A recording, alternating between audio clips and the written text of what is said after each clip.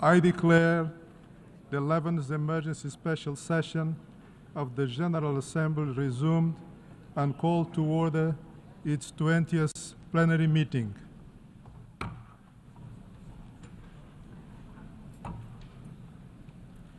Members will recall that in its resolution ES-11/6 of the 23 February 2023, the Assembly decided, and I quote, to adjourn the 11th emergency special session of the General Assembly temporarily and to authorize the President of the General Assembly to resume its meetings upon request from Member States, end of quote.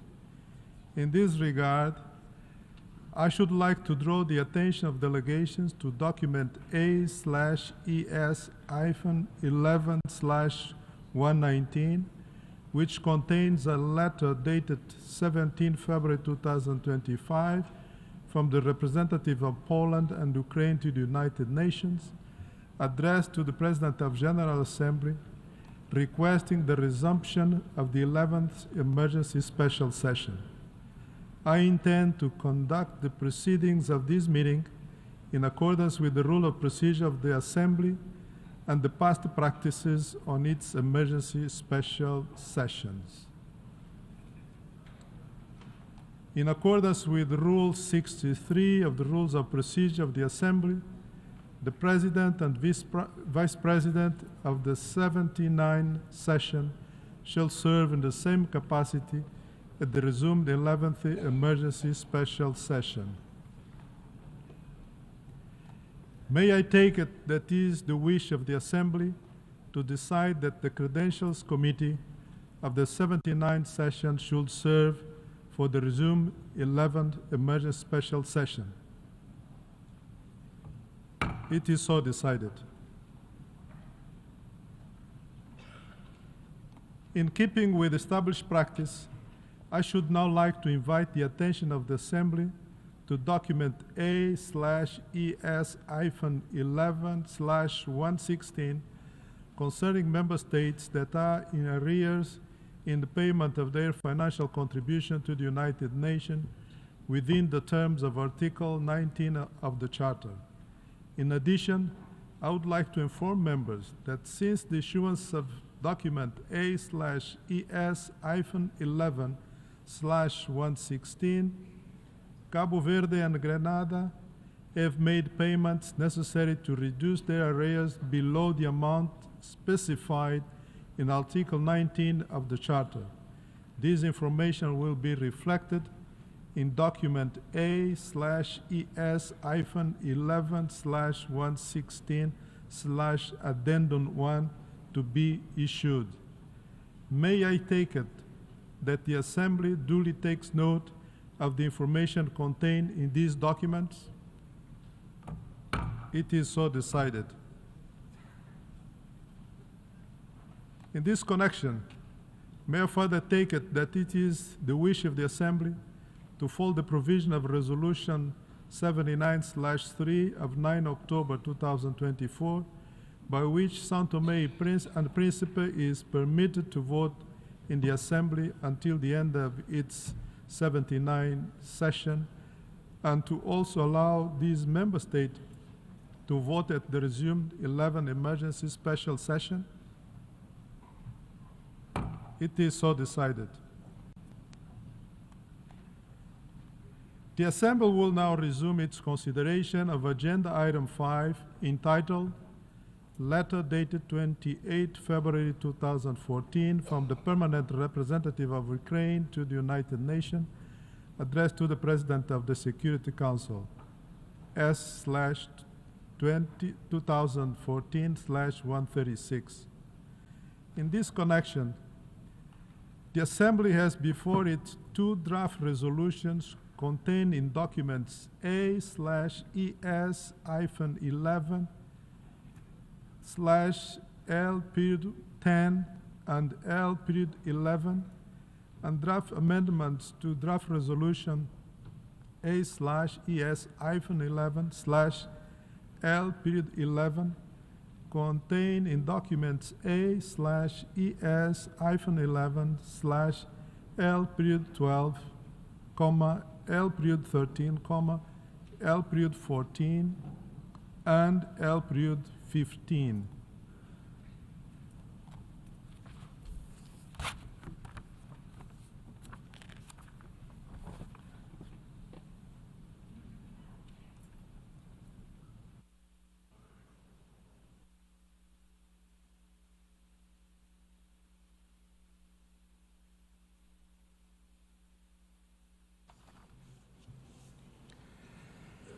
Excellencies, colleagues, today marks a grim milestone. 3 years have now passed since the Russian Federation launched its full-scale invasion of Ukraine, an act of aggression that has led to untold bloodshed and destruction. And yet, the tragedy continues. According to the Office of High Commissioner for Human Rights, civilian casualties rose by 30% last year compared to the year before. More life shattered, more futures lost. Meanwhile, the humanitarian crisis in Ukraine remains dire. The 2025 Humanitarian Needs and Response Plan, launched last month, estimate that 12.7 million people, roughly 36% of the country's population, will require assistance this year. We cannot afford another year of this unjust war. The General Assembly has been clear and unwavering. It has adopted 6 resolutions demanding the immediate, complete, and unconditional withdrawal of Russian forces from Ukraine territory, and to an end to attacks on civilians and civilian infrastructure. These resolutions have consistently reaffirmed the need for a peaceful solution, one rooted in the Charter of the United Nations, in the principles of sovereign equality and territorial integrity. At a time when the United Nations is under intense scrutiny, and when the Security Council is deadlocked on matters of key importance for our collective security, the General Assembly has demonstrated its ability and its responsibility to act. Colleagues, Russian aggression against Ukraine is a grave violation of the United Nations Charter. As the 80th anniversary of the signing of the Charter approaches, we must reaffirm that lasting and meaningful peace will never be achieved through force. It will come through silencing the guns, turning to dialogue and diplomacy, and upholding the principles enshrined in the Charter. We must be prepared to promote inclusive dialogue and actively work towards a just and sustainable peace, one firmly anchored in international law, General Assembly resolutions, and above all, the will and the rights of Ukrainian and its people. This Assembly must stand firm in its resolve to find a way forward towards peace. Let's prove through actions and not words that a comprehensive, just, and lasting peace is within our reach. Thank you.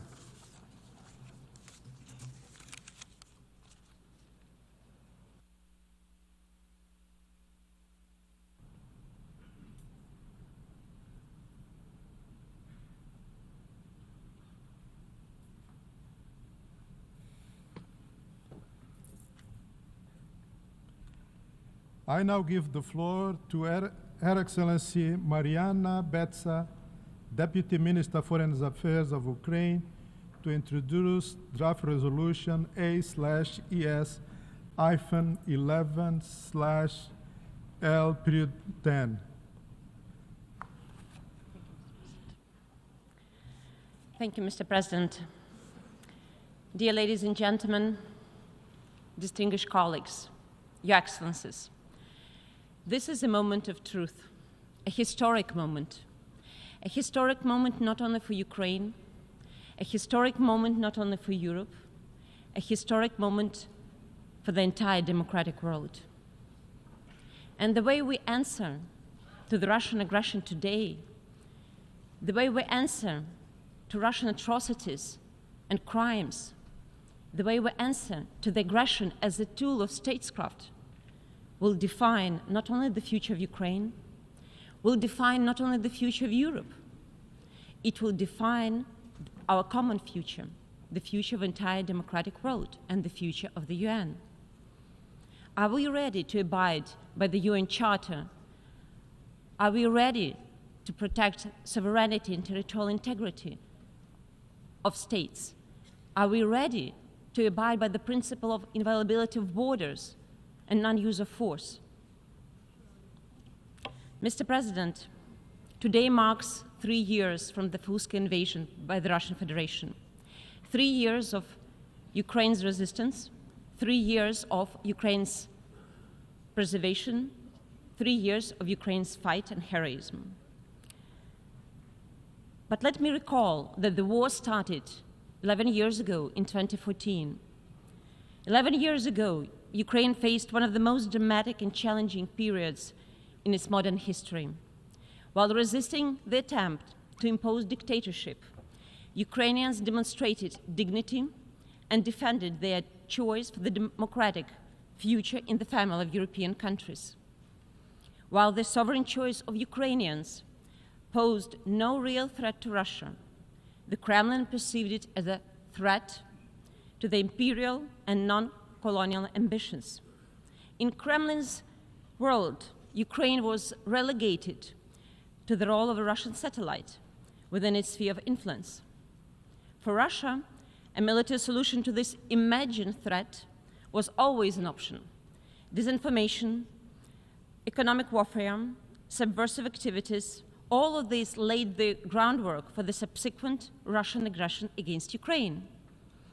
And immediately after the victory of the Revolution of Dignity in Ukraine, Russia started its occupation of Autonomous Republic of Crimea and some parts of Donetsk and Lugansk regions.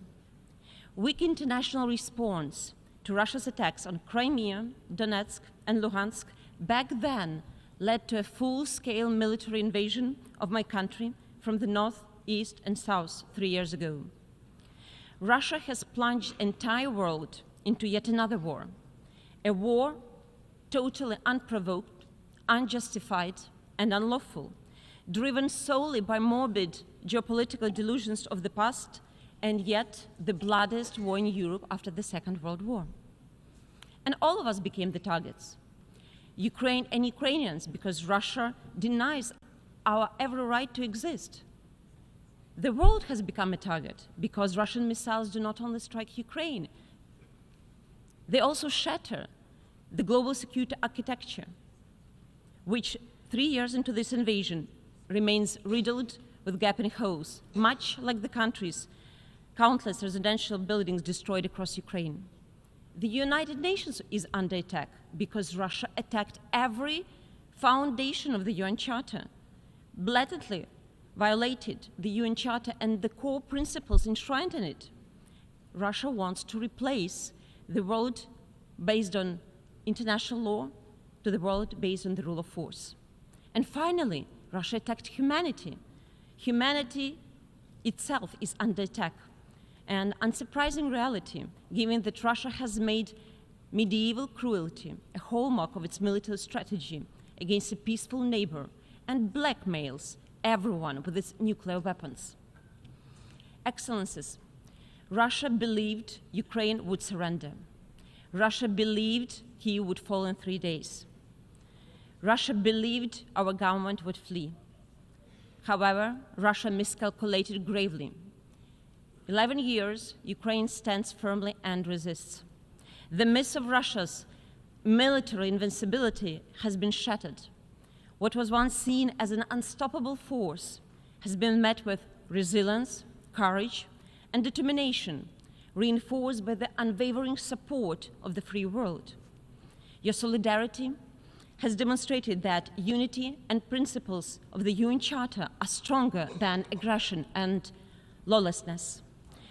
I want to reiterate our profound gratitude to over 140 member states that have stood with us, including those who have supported relevant resolutions in this hall, to those who provided military aid to Ukraine, to those who provided humanitarian assistance to Ukraine, to those who received our temporarily displaced persons, to those who help and continue to help bring our deported children back home, our prisoners of war bring home, and our illegally detained civilians to bring them home. To those who have contributed to the implementation of our Grain from Ukraine initiative, a practical effort to mitigate global food security threats stemming from this war. This war has never been about Ukraine only. It is about a fundamental right of any nation to exist, to choose its own path, and to live free from aggression. If aggression is justified and a victim is blamed for its resilience and will to survive, then no country is safe. Today, Ukraine fights not only for its own independence, but for a world of nations that are not divided into predators and prey, where no zones of conflict, of influence, and gray zones exist. We're fighting for a world which cannot be divided by any another Molotov-Ribbentrop Pact. We stand up for the world where future of a nation cannot be determined by another Yalta Conference. Mr. President, 3 years of Russia's full-scale invasion against Ukraine have made it clear that we are dealing with a protracted, high-intensity war with extreme levels of casualties and spillover effect, rippled across different areas and continents. Let me stress once again that the UN were formed after the Second World War to prevent future wars and maintain international peace and security. Against the backdrop of ongoing and upcoming peace efforts, the General Assembly should take a pivotal role in determining the basis for the just and lasting peace in Ukraine and in Europe, as well as its standing for sovereignty of all states. A clear message that the vision of comprehensive, just, and lasting peace, consistent with the UN Charter that we endorsed in this hall 2 years ago, remains valid and must be implemented without delay already this year. However, reducing the Assembly's position to merely stating that this desire is not enough. We need to reconfirm that the aggression should be condemned and discredited, not rewarded. Our position must include substantive elements and ensure that any future peace initiatives aligns with the principles of the UN Charter. This is the rationale behind the draft resolution that I have the honor to introduce today on behalf of the broad group of co-sponsors. My delegation moves that, after hearing the introduction of the L documents, the Assembly immediately proceed to the consideration of our draft resolution A/11/L10 on the understanding that the debate would resume immediately after action on the draft resolution, and that the 11th emergency session would be only temporarily adjourned after the conclusion of the debate. We need clear guidance, not just silence, weapons, temporality, not just ceasefire, but to achieve a solution which is just, comprehensive, and sustainable. A solution that guarantees that there will be no repetition of what happened 3 years ago on February 24th, 2022, neither in Ukraine nor elsewhere. For us, for Ukraine, the path is clear. The only way, as our President Volodymyr Zelensky has stated, to ensure comprehensive, just, and lasting peace is to reaffirm our commitment to the UN Charter and to agree that the principles enshrined in it, the principle of sovereignty and the principle of territorial integrity of states within its internationally recognized borders, must serve as the foundation. By adopting the draft, the General Assembly will also address the global impact of war and outline the areas where this impact has been particularly detrimental and where the engagement of all responsible nations would be crucial. In particular, there are global food security, energy security, the global economy, nuclear security and safety, and the environment, justice, and accountability. As we mark 3 years of this devastating Russia's full invasion against Ukraine, we call on all nations to stand firm and to take this side of the Charter, this side of the humanity, and the side of just and lasting peace. Peace through strength, as the aggressor would never stop while seeing weakness. Excellencies, Ukraine's commitment to the UN Charter's principle traces back to the first day of our organization. Now it may seem to be symbolic that it was a representative of Ukraine who chaired 80 years ago the committee responsible for drafting the preamble, purposes, and principles of the future charter at the UN Conference on International Organization in San Francisco in 1945. Unfortunately, we haven't yet reached the point where principles enshrined in the UN Charter are respected by all member states, and the Article 51 of the Charter is just a matter of history. Definitely not, as my country has been compelled to exercise its inherent right to self-defense under the above-mentioned Article 51 following unprovoked, mean, brutal, genocidal war. While persisting in defending our country until the threat is over, we strive for peace. Peace that will give the world another chance to live according to the rules, when all nations, regardless of the size of geography, will equally enjoy their sovereign rights, rather than depend upon the mercy of more powerful. This is the spirit that should guide us during the vote on the draft resolution, advancing a comprehensive, just, and lasting peace in Ukraine. I'm confirmed that it will be a vote for peace, for the UN Charter, and for each member state. I urge you to vote in favor of Ukraine's draft resolution. Thank you so much.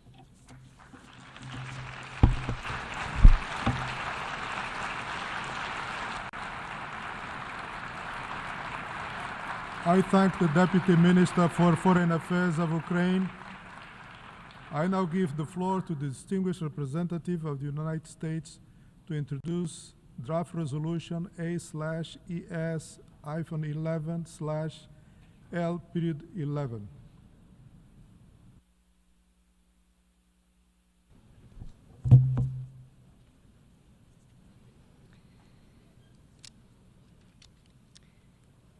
Thank you, Mr. President. Mr. President, Excellencies, colleagues, today marks 3 years since the escalation of the Russia-Ukraine war. We have all been concerned about the suffering in Ukraine and the war's effects on the rest of the world. Since the start of the war 11 years ago, the United Nations has repeatedly condemned Russia's blatant violations of the UN Charter. Multiple resolutions of the General Assembly have demanded that Russia withdraw its forces from Ukraine. Those resolutions have failed to stop the war. It has now dragged on for far too long and at far too terrible a cost to the people in Ukraine, in Russia, and beyond. Generations of Ukrainians and Russians have died unnecessarily as the war has brought the world closer to a nuclear confrontation. The longer it continues, the greater the suffering for both nations. This war must end now. It is time for member states to return to the purposes and principles of the Charter, mainly to maintain international peace and security, including through the peaceful settlement of disputes. Mr. President, as we gather today on this 3rd anniversary, what we need is a resolution marking the commitment from all UN member states to bring a durable end to the war. The draft resolution submitted by the United States makes this very point. Our draft implores a swift end to the conflict and further urges a lasting peace between Ukraine and Russia. This is what is needed now, and we urge all member states, including Ukraine and Russia, to join us in this effort. A simple, historic statement from the General Assembly that looks forward, not backwards. A resolution focused on one simple idea: ending the war. A path to peace is possible. Mr. President, that is why the United States opposed putting forward another resolution, and that is why we cannot support Ukraine's resolution, and we urge its withdrawal in favor of a strong statement committing us to end the war and work towards a lasting peace. The United States also requests the General Assembly take action on the United States' proposed resolution immediately following consideration of the Ukraine drafted resolution. I thank you. I thank the distinguished representative of the United States.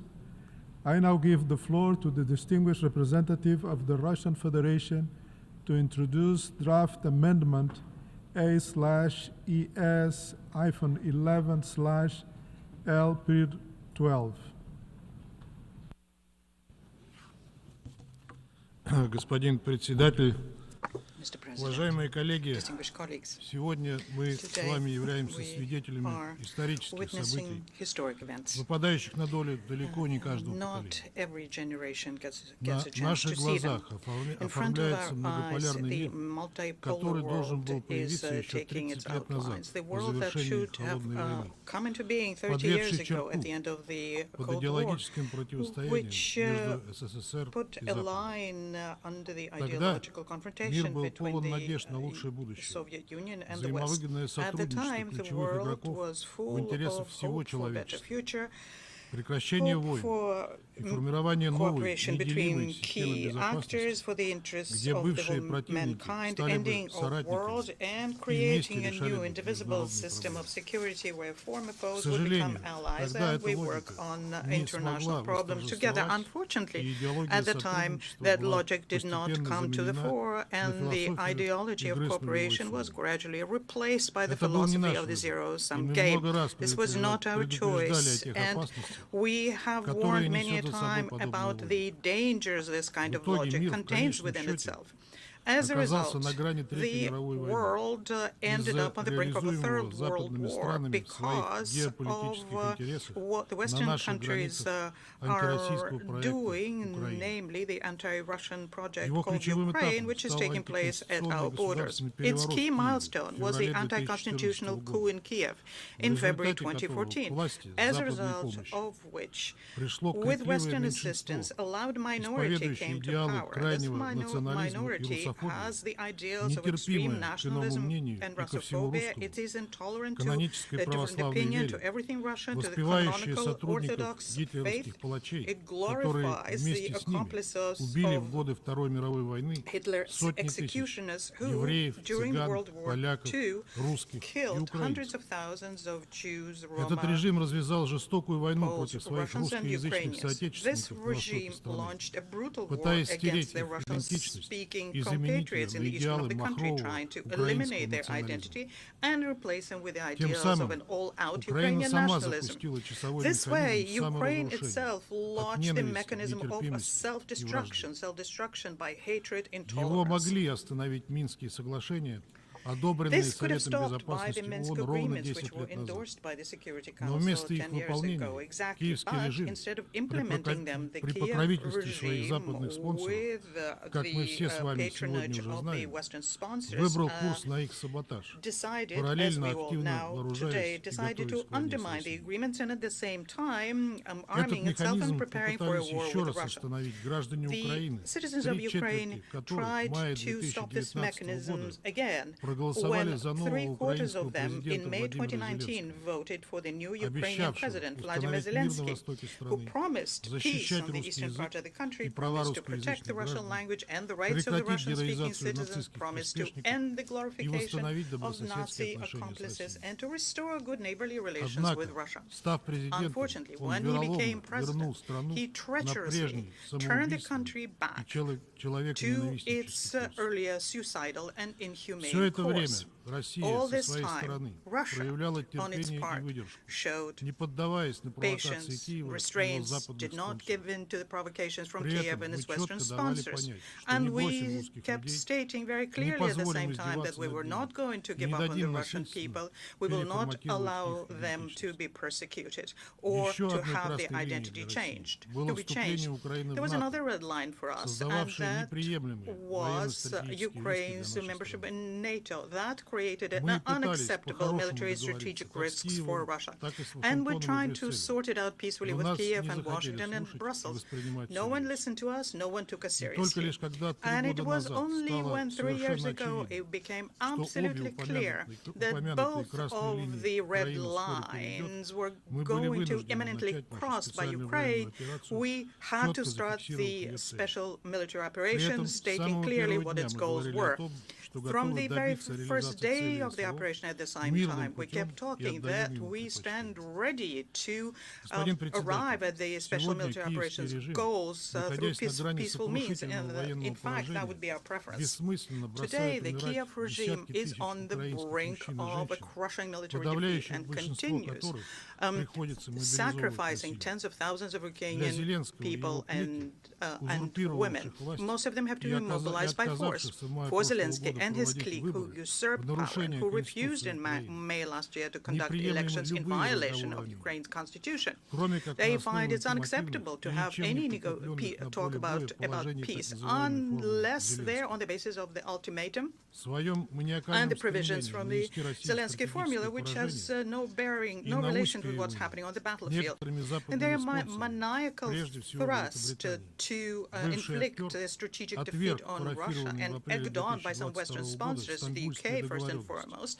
This а former также actor законодательно rejected запретил the себе Istanbul и своим agreements in April подчиненным любые 2022, переговоры which с had already российскими been властями. initiated, and also passed a law За banning прошедшие 3 himself года and his Украина colleagues получила to have западной any помощи на negotiation сотни with Russian миллиардов долларов. authorities. Over the past 3 Страну years, рекой текли Ukraine западные вооружения received и hundreds of наемники. billions of dollars Ее of снабжали support. The country разведданными. kept receiving weapons Иными and словами, mercenaries Украина стала and чем-то вроде intelligence частной data. военной In other words, the компании, Ukraine became воюющей a за private западные military геополитические company of интересы. sorts, А fighting конфликт стал for классической Western geopolitical прокси-войной interests. And the России со conflict had странами НАТО. become a classic proxy Несмотря на war это, украинская армия by понесла Russia against the катастрофические countries потери, of NATO. и капитуляция киевского режима стала Despite лишь that, the вопросом времени. Ukrainian army это мы suffered говорили catastrophic неоднократно, losses, в том and the числе с этой capitulation трибуны. of the Kiev regime is a matter of time. Стремясь любой And we have ценой said this втянуть many западные times, страны including this в прямую hall, конфронтацию trying с to drag Россией, the Western в countries августе at any прошлого cost года in confrontation with Russia. Зеленский In развязал August of last year, самоубийственную Zelensky агрессию против started мирного российского a региона в Курской suicidal области. aggression В against the результате, peaceful как мы Russian сегодня знаем region in the достоверно, Kursk и Oblast. свидетели As a очевидцы, result, и as от we know попавших в today плен from украинских witnesses солдат and были Ukrainian зверски убиты и soldiers who замучены were сотни мирных жителей. captured, Украинские hundreds захватчики of с peaceful ведома citizens своего главаря were killed and занимались tortured. мародерством, And the насилием и Ukrainian грабежом. occupiers were Расчет involved in был на то, что looting, Россия violence, ответит на эту and варварскую акцию and pillaging. настолько жестко, что The общественное expectation мнение was на that Западе Russia вновь was going станет to react to симпатизировать this equally brutally, Как and когда-то the помогла public настроить opinion часть will once мирового again take the side сообщества of на Kiev. антироссийский лад топорная провокация в This Буче, similarly to объективное what was being расследование done by the обстоятельств crude которой provocation киевский режим in всячески Bucha, тормозит. whose investigation, by the way, Курская is being авантюра Зеленского, как известно, не slow-walked by the оправдалась. Kiev regime. The Более Kursk того, она лишь misadventure of ускорила Zelensky, крах as you know, was обороны на Восточном futile. фронте, It где only Украине accelerated the катастрофически не collapse on the хватает Eastern Front, where сжигаемых в Ukraine Курской области is резервов. lacking resources. They Сегодня were being burned in украинская the армия Kursk контролирует Oblast. уже Today, немногим the более Ukrainian трети army изначальной территории controls little и more несет than one-third ужасающие of the потери. original territory there, and Параллельно is suffering российские войска horrifying успешно losses. продвигаются в In Донбассе, parallel to that, the Запорожской, Russian Херсонской army областях, is moving forward вошедших in в состав Donbass, России по Zaporozhskaya, итогам and референдума Khersonskaya Oblast, осенью the 2022 oblast года. which became part of Каждый день Russia приносит in the названия fall of новых 2022 as a result of освобожденных a пунктов, referendum. и, к Every day we сожалению, learn new новые страшные names of цифры liberated потерь places, and украинской unfortunately, армии, new а точнее horrifying figures пушечного of мяса, Ukrainian которое army превратил losses их or other Зеленский. cannon fodder, which Новые Zelensky turned it российские into. регионы из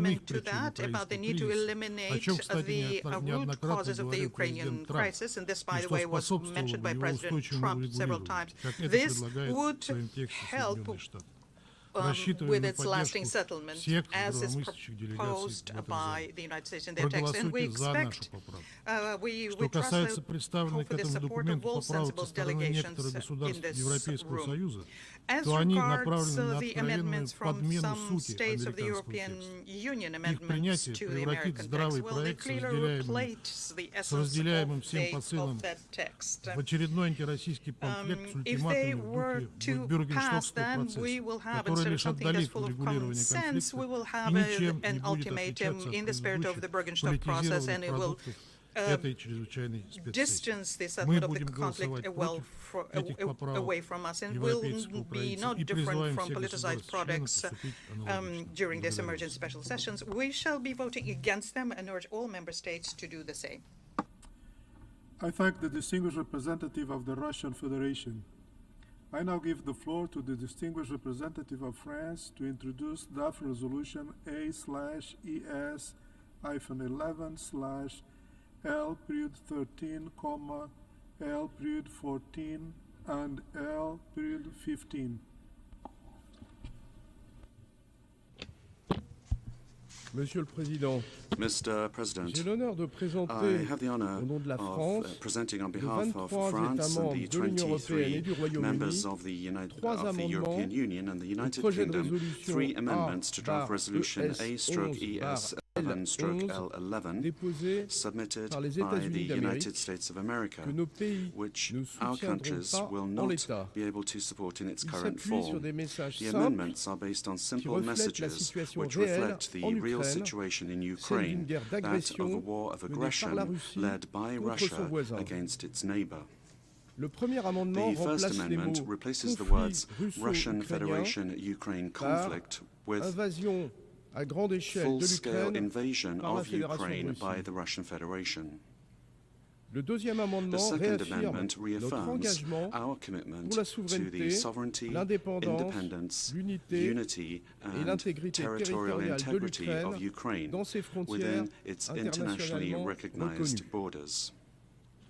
Le troisième The amendement third amendment appelle à une paix calls juste, for a durable just, et globale lasting en and Ukraine comprehensive peace in respecte Ukraine, la Charte which des Nations respects the Unies United et Nations les Charter principes de and the souveraineté principles et of d'intégrité sovereignty and territoriale. territorial integrity. Nous appelons We l'ensemble call des États upon all membres member à states voter to vote en in faveur favor de ces trois of these amendements 3 qui amendments, rappellent which qu'il recall y a dans ce that conflit in this un conflict État there is agresseur an aggressor state et un État and agressé, a state subject to that et qui marque aggression. notre attachement à la paix, une paix And juste this et marks durable, our qui attachment doit to avoir pour peace and a fondement just and lasting la Charte des peace, Nations Unies which must et take le as its droit basis the United international. Nations Charter and Voter international en law. faveur de ces Voting in amendements, favor of c'est these voter amendments en is a faveur de vote la for Charte the des Nations United Unies Nations et ses Charter principes. and its C'est principles. voter It is en a faveur vote du droit for international. international law. Je vous remercie. Thank Monsieur you, le Président, Mr. President. je vais prononcer I une would now intervention à like titre to make a national. statement in my Nous national sommes réunis capacity. aujourd'hui, We're meeting today, 3 ans, jour 3 pour jour, years, après le day début for de day, l'invasion à after the grande échelle beginning de of the l'Ukraine par la large-scale Russie, invasion pour of appeler à Ukraine une by paix Russia to globale, call juste et for a durable en global, Ukraine. just and lasting peace Il y in a 3 ans, Ukraine. la Russie 3 lançait years une guerre ago, d'agression Russia launched brutale et a brutal injustifiable and unjustified contre un war of État aggression souverain, against a sovereign l'Ukraine, state, qui Ukraine, ne la menaçait which en was rien not threatening it et in dont any elle occupait way, déjà illégalement and une it partie already du was territoire illegally depuis occupying part of 2014. its territory, and that's Ce since faisant, 2014. la Russie a In violé doing this, Russia et continue de violated violer and de façon continues to flagrante la flagrantly Charte des Nations violate the Unies United et les Nations Charter principes de and the souveraineté principles of et sovereignty d'intégrité and territoriale que nous territorial avons tous integrity en that we partage. all share. La Russie inflige depuis 3 Russia, ans for 3 years des now, has been souffrances insupportables inflicting aux unbearable populations civiles suffering on the ukrainiennes. civilian population Des of millions Ukraine. d'Ukrainiennes Millions et of d'Ukrainiens Ukrainian sont men and aujourd'hui women réfugiés today are ou either déplacés. refugees or have been La Russie displaced. bombarde de façon Russia is indiscriminée bombing les villes indiscriminately et les towns installations and énergétiques civiles de civilian l'Ukraine. energy Elle présente un infrastructure in risque pour la Ukraine. sûreté This is a risk et for la the sécurité security nucléaire. and safety of Elle aggrave nuclear la crise alimentaire dans le monde entier. It is worsening the Elle food bafoue le droit crisis throughout the international world. It is humanitaire. flouting Elle international se rend coupable humanitarian de law. crimes de guerre, voire It de is crimes contre guilty of war l'humanité. crimes and even Les crimes auteurs de against ces crimes humanity. The devront authors of these rendre crimes des comptes. must be La held to France account. poursuivra son France will soutien pursue aux its juridictions support for internationales et international and ukrainiennes, Ukrainian ainsi qu'à jurisdictions, l'ensemble des as mécanismes well as for d'enquête all of the visant mechanisms à of établir la February, aimed at establishing responsibility for the crimes committed by Russia in Ukraine. Mr. President, Russia must cease its war of aggression in Ukraine. Since the 16th of March 2022, the International Court of Justice has demanded that Russia immediately suspend its military operations. Since the 24th of February 2022, this is now the 8th time that this General Assembly is meeting in order to condemn the Russian aggression and to call for the respect for the territorial integrity of Ukraine. France is committed to a resolution of the conflict. Our authorities are at the highest levels and are working on this. We want a global peace that is just and lasting, based on the UN Charter and international law. Peace which does not recompense the aggressor, which does not tread underfoot the rights of the party under attack. Peace which respects the sovereignty, territorial integrity and independence of Ukraine. This Assembly, for 3 years now, with its resolutions on the situation in Ukraine, has been the moral compass of this organization, the guarantor of an international rules-based order based on the sovereign equality between states. Where the Security Council has failed, the General Assembly has defended the law. Today, once again, it can contribute to laying out peace towards solid, just and long-term peace in accordance with our common rules. It is in this spirit, dear colleagues, that we give our full support to the draft resolution tabled today by Ukraine. It is balanced and it is consensual. It is the result of a genuine process of negotiation that was inclusive and transparent. We call upon all member states to support it. Since the beginning of the aggression, Ukraine has been defending itself in accordance with Article 51 of the Charter. It wants peace. It wants this aggression to cease. It wants to participate in any efforts to resolve the conflict. It is right. A resolution to the conflict that will be decided without Ukraine and without Europe will not be a lasting peace. It would establish the primacy of force over law by legitimizing the claim of spheres of influence in disregard for the sovereign equality between states. It would set the stage for the wars of tomorrow. The support of the General Assembly for the Ukrainian resolution is not just another vote. The United Nations General Assembly must stay the course, that of law, that of the sovereignty of states and respect for their territorial integrity, that of responsibility and that of justice. I thank you. I thank the distinguished representative of France. The representative of Ukraine has moved that after hearing the introduction of all L documents, the Assembly immediately proceed to the consideration of the draft resolution A/ES-11/L-10. The representative of the United States has moved that draft resolution A/ES-11/L-11 be considered immediately after action on draft resolution A/ES-11/L.10. This is on the understanding that if the Assembly were to so decided, and if the Assembly were to subsequently adopt draft resolution L.10, the 11th emergency special session would be adjourned temporarily following the conclusion of the debate on item 5. Is there any objection? I hear no objection, so it is decided.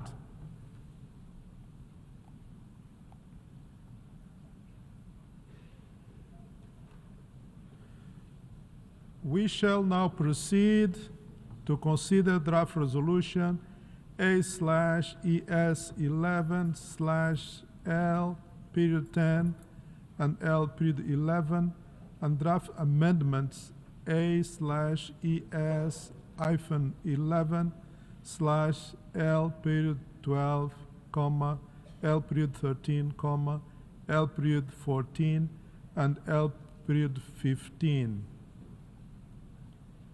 In this connection, since the draft resolution A/ES-11/L13,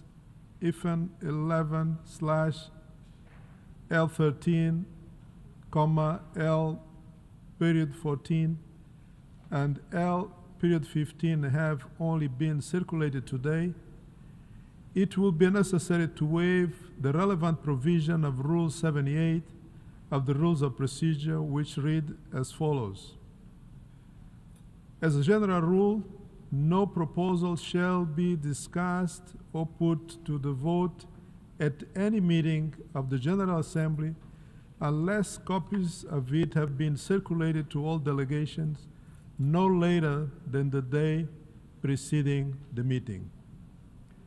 Unless I hear no objections, I shall take it that the Assembly agrees to waive Rule 78. It is so decided. For your information, the draft resolution and the draft amendments have closed for e-sponsorship. I now give the floor to the representative of the Secretariat. Thank you, Mr. President. I wish to address the co-sponsorship of the 6 L documents one by one. First, on L10. Since the submission of the draft resolution, and in addition to the delegations listed on the L document, the following countries have also become co-sponsors of A/ES11/L10: Antigua and Barbuda, Capo Verde, Fiji, Myanmar, Papua New Guinea, Suriname, and Tonga. I should also like to announce that since the submission of the draft resolution, the delegations of Costa Rica, Hungary, Marshall Islands, the Federated States of Micronesia, North Macedonia, Palau, and St. Kitts and Nevis have withdrawn their co-sponsorship of A/ES11/L10. If any countries wish to co-sponsor A/ES11/L10, please signify by pressing the microphone button now.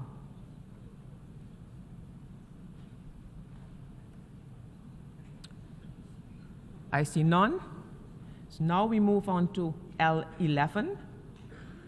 Since the submission of the draft resolution, and in addition to the delegations listed on the L document, the following countries have also become co-sponsors of A/ES11/L11: Albania, Argentina, Georgia, Hungary, Israel, and North Macedonia. If any other countries wish to co-sponsor A/ES11/L11, please signify by pressing the microphone button now. There are none. Next, on to L12. If any countries wish to co-sponsor A/ES11/L12, please signify by pressing the microphone button now.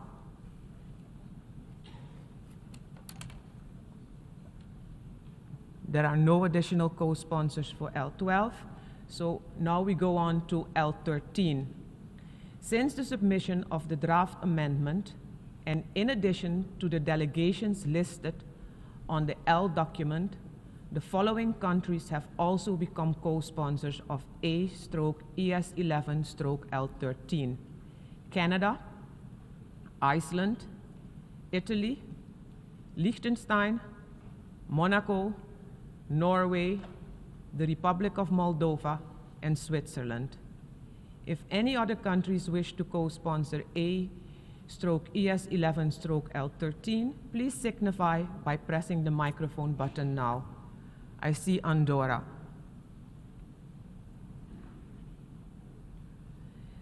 Next, we move to L14. If any countries wish to co-sponsor A/ES11/L14, please signify by pressing the microphone button now. Andorra. That's it. And then next on to L15. Since the submission of the draft amendment, and in addition to the delegations listed on the L document, the following countries have also become co-sponsors of A/ES11/L15: Canada, Iceland, Italy, Liechtenstein, Monaco, Norway, Republic of Moldova, and Switzerland. If any other countries wish to co-sponsor A/ES11/L15, please signify by pressing the microphone button now. Andorra, Montenegro. That's it. Thank you, Mr. President. I thank the representative of the Secretariat. Delegations wishing to make a statement in explanation of vote before the vote on any proposal item and any proposal under this item, including the proposed amendments, are invited to do so now in one intervention. After action on all of them, there will be an opportunity for explanation of vote after the vote on any or all of them. Before giving the floor for explanation of vote before the vote, may I remind delegation that explanations of vote are limited to 10 minutes and should be made by delegation from their seats. I give the floor to the distinguished representative of China. President, China's position on the Ukraine issue has been clear-cut, unequivocal, and consistent. No sooner had the crisis begun to escalate on a full scale in February 2022 than Chinese President, His Excellency Mr. Xi Jinping, made it clear that the sovereignty and territorial integrity of all countries must be respected, the purposes and principles of the UN Charter upheld, the parties' legitimate security concerns taken seriously, and all pro-peace efforts supported. These are the fundamental tenets that anchor China's position on the Ukraine issue. The past 3 years has witnessed China's continuous intensive efforts to make peace talks happen and make peace come true. China sent a special envoy on a proactive mission of shuttle diplomacy and has stayed engaged with the relevant parties, including Russia, Ukraine, the United States, and Europe, calling for adherence to 3 principles, namely no spillover of the battlefield, no escalation of the fighting, and no stoking the fire by any party. Together with Brazil and other countries of the Global South, we set up a Friends for Peace group to pool the wisdom of the Global South and create an important force that supports and pushes for peace. President, as we speak, the calls for a negotiated solution to the Ukraine issue are growing, and the window of opportunity for peace is opening. China supports all efforts dedicated to peace, including the understanding reached between the US and Russia on launching peace talks. China encourages the parties concerned and other stakeholders to participate in the negotiation process, find a just and lasting solution that addresses each other's concerns, and arrive at a binding peace deal that is acceptable to all parties. We hope Europe will contribute to peace and come together to tackle the root causes of the crisis in the interests of lasting peace and stability on the continent. At this critical juncture, we are counting on the international community to create an enabling atmosphere for a political solution to the crisis, and on the UN General Assembly to help forge consensus for peace among member states. China remains committed to searching tirelessly for a political solution and will decide our voting positions on today's two draft resolutions and the amendments thereto, in keeping with the principles that we've always stood for. Thank you, President. I thank the distinguished representative of China. I now give the floor to the distinguished representative of Paraguay. Gracias, presidente. Thank you, Mr. President. Desde hace 3 años, For 3 years now, las muertes han ido en aumento y la devastación han traído terribles consecuencias humanitarias, económicas y de infraestructura, críticas para todos nosotros en un mundo tan interconectado, pero principalmente desastrosas para aquellos países hermanos más directamente implicados por cercanía geográfica, por vinculación sociocultural y por las redes de comercio e inversión. El desastre no solo no se ha detenido, sino que se ha profundizado. La prioridad de esta Asamblea General y de todos los órganos de la Carta debe ser el mantenimiento de la paz y la erradicación de la guerra, evitando así la pérdida de más vidas y las demás consecuencias indeseadas. La responsabilidad de esta Asamblea General, además de la denuncia y la condena, es la búsqueda de la eficacia que permita lograr un marco en el que los principales actores en el conflicto puedan llegar a un entendimiento de fondo en sus diferencias. Vemos que la situación sigue invariable y que un cese al fuego es algo urgente y necesario, puesto que, además de enfrentar a los países beligerantes en conflicto, significa una seria amenaza a la seguridad en la región inmediata y también para la paz y la seguridad internacional.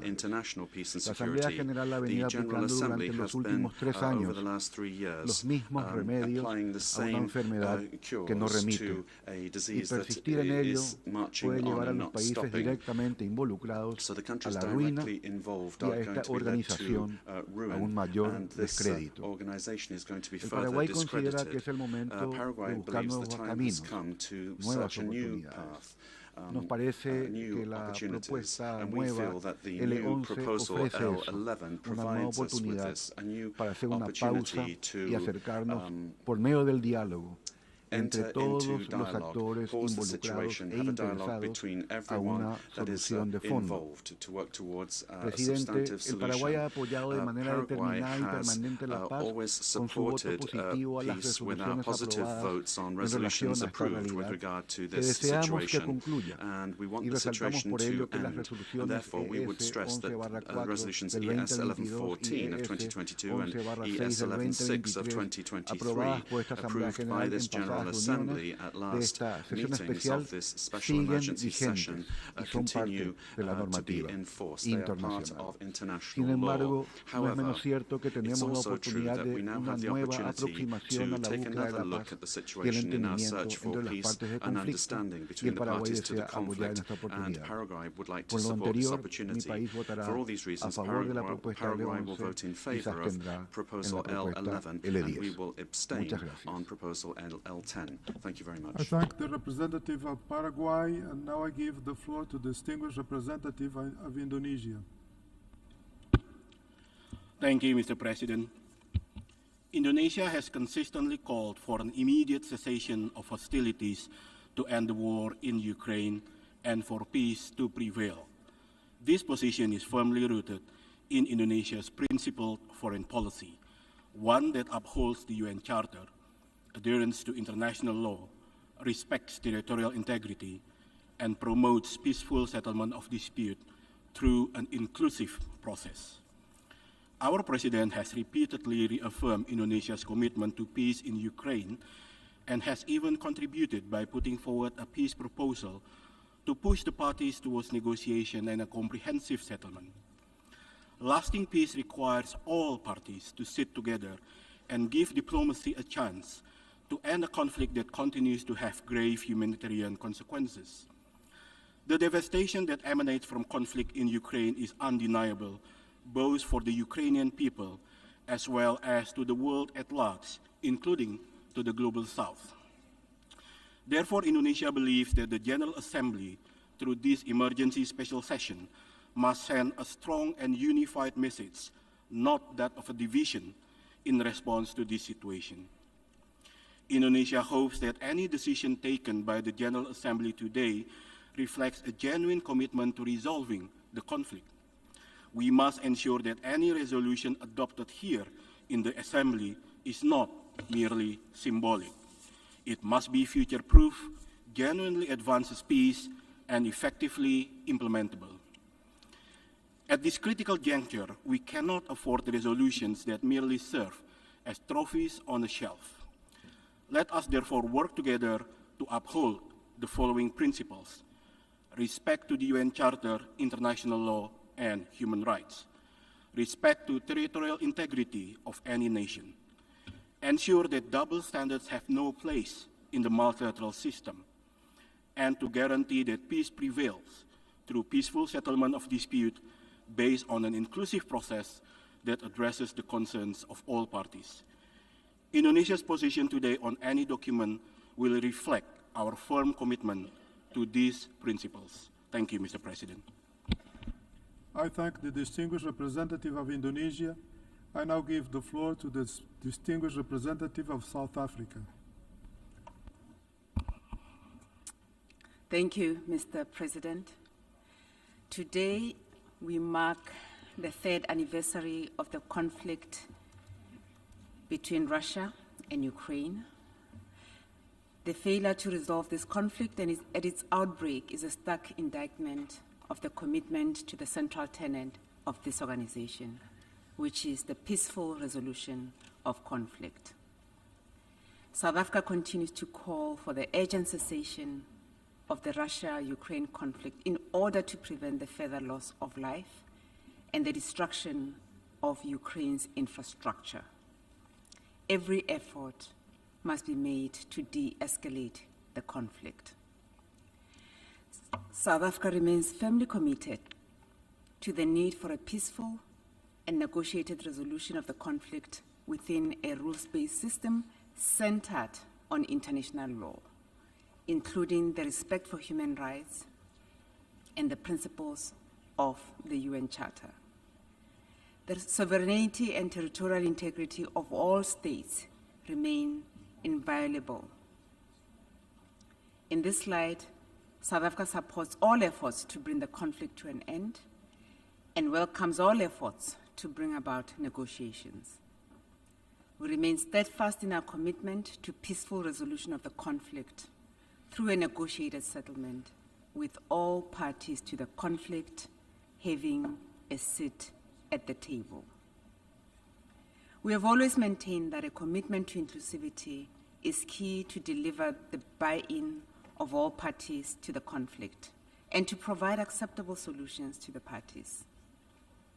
The importance of compromise cannot be overemphasized in this instance, and we thus encourage the parties to approach the negotiation talks as such.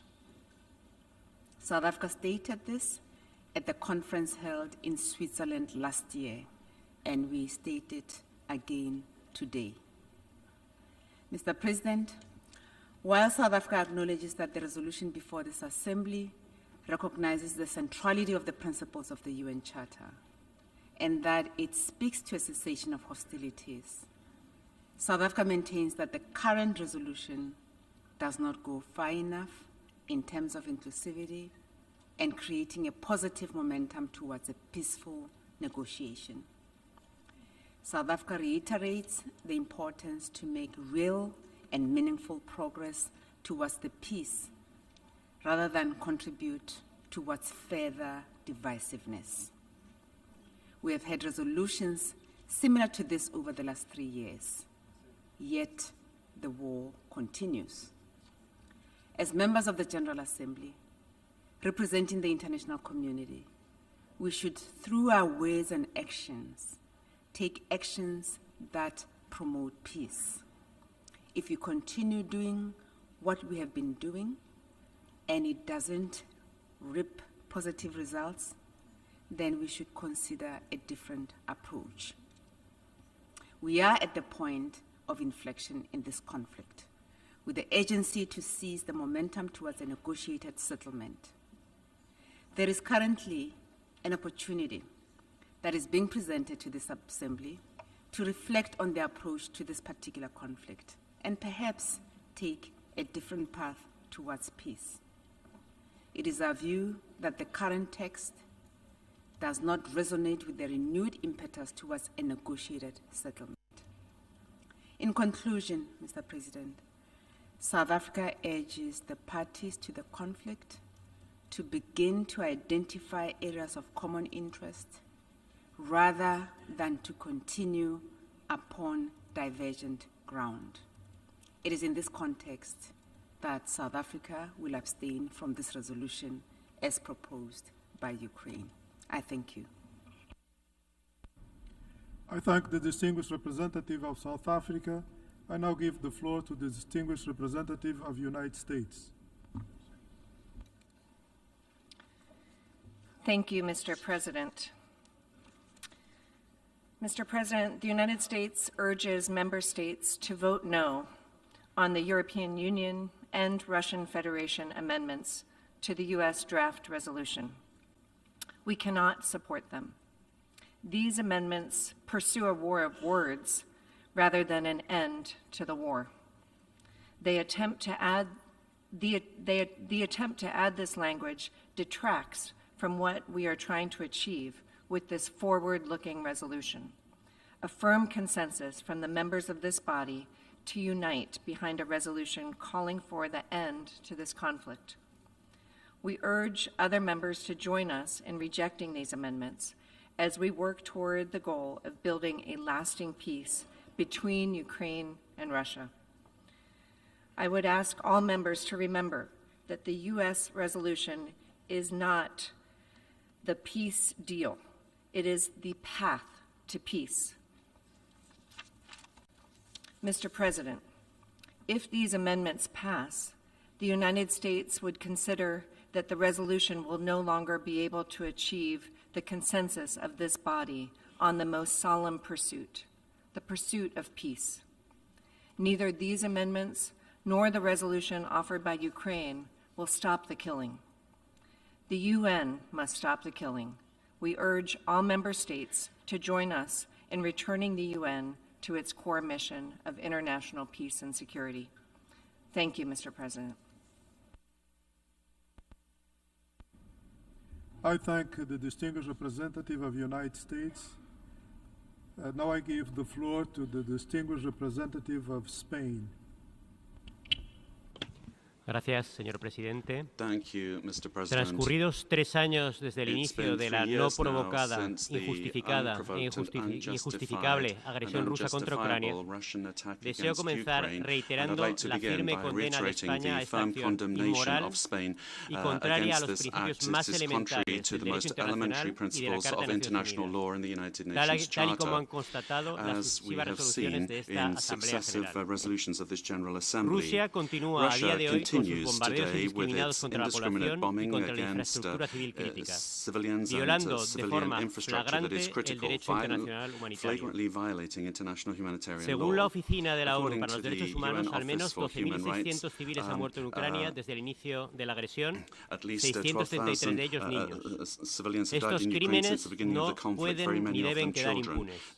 Reiteramos la necesidad de asegurar una adecuada rendición de cuentas. Ante este escenario, España ha prestado y sigue prestando su apoyo decidido a Ucrania en los ámbitos diplomático, humanitario, de reconstrucción y también militar para el ejercicio al derecho de legítima defensa reconocido por el artículo 51 de la Carta de Naciones Unidas. De forma bilateral y como Estado miembro de la Unión Europea. La sociedad española ha respondido también con enorme solidaridad a las necesidades del pueblo ucraniano. Desde el inicio de la agresión hemos acogido a 230.000 ciudadanos ucranianos que huyen del conflicto, abriéndoles nuestras escuelas, nuestros hospitales, nuestros pueblos y nuestras ciudades. De cara a las próximas semanas y meses, sostenemos que nada que afecte al futuro de Ucrania debe decidirse sin Ucrania. Si la comunidad internacional must be done without Ukraine. There needs to be a path towards a just, lasting and comprehensive peace, and that has to include Ukraine. Ukraine and the Ukrainians have to lead their own peace process as heroically they have been defending their country. It has to be Ukraine that will decide on the conditions for the beginning and conclusion of the peace negotiations. The international community cannot allow peace at any price, or for Russia to be rewarded for having attacked a member state of this organization. The peace achieved must be peace based on international law and the United Nations Charter. Otherwise, international order and border stability, not only in Europe but throughout the world, will be in danger. Finally, we once again demand the immediate, unconditional, complete withdrawal of Russian troops from all of Ukraine's territory, from the borders internationally recognized. This is an attack against the principles of the Charter, and it must not continue one day longer. And for all of these reasons, Mr. President, we have co-sponsored and we will be voting in favor of Resolution L10. I thank the distinguished representative of Spain. I now give the floor to the distinguished representative of Pakistan.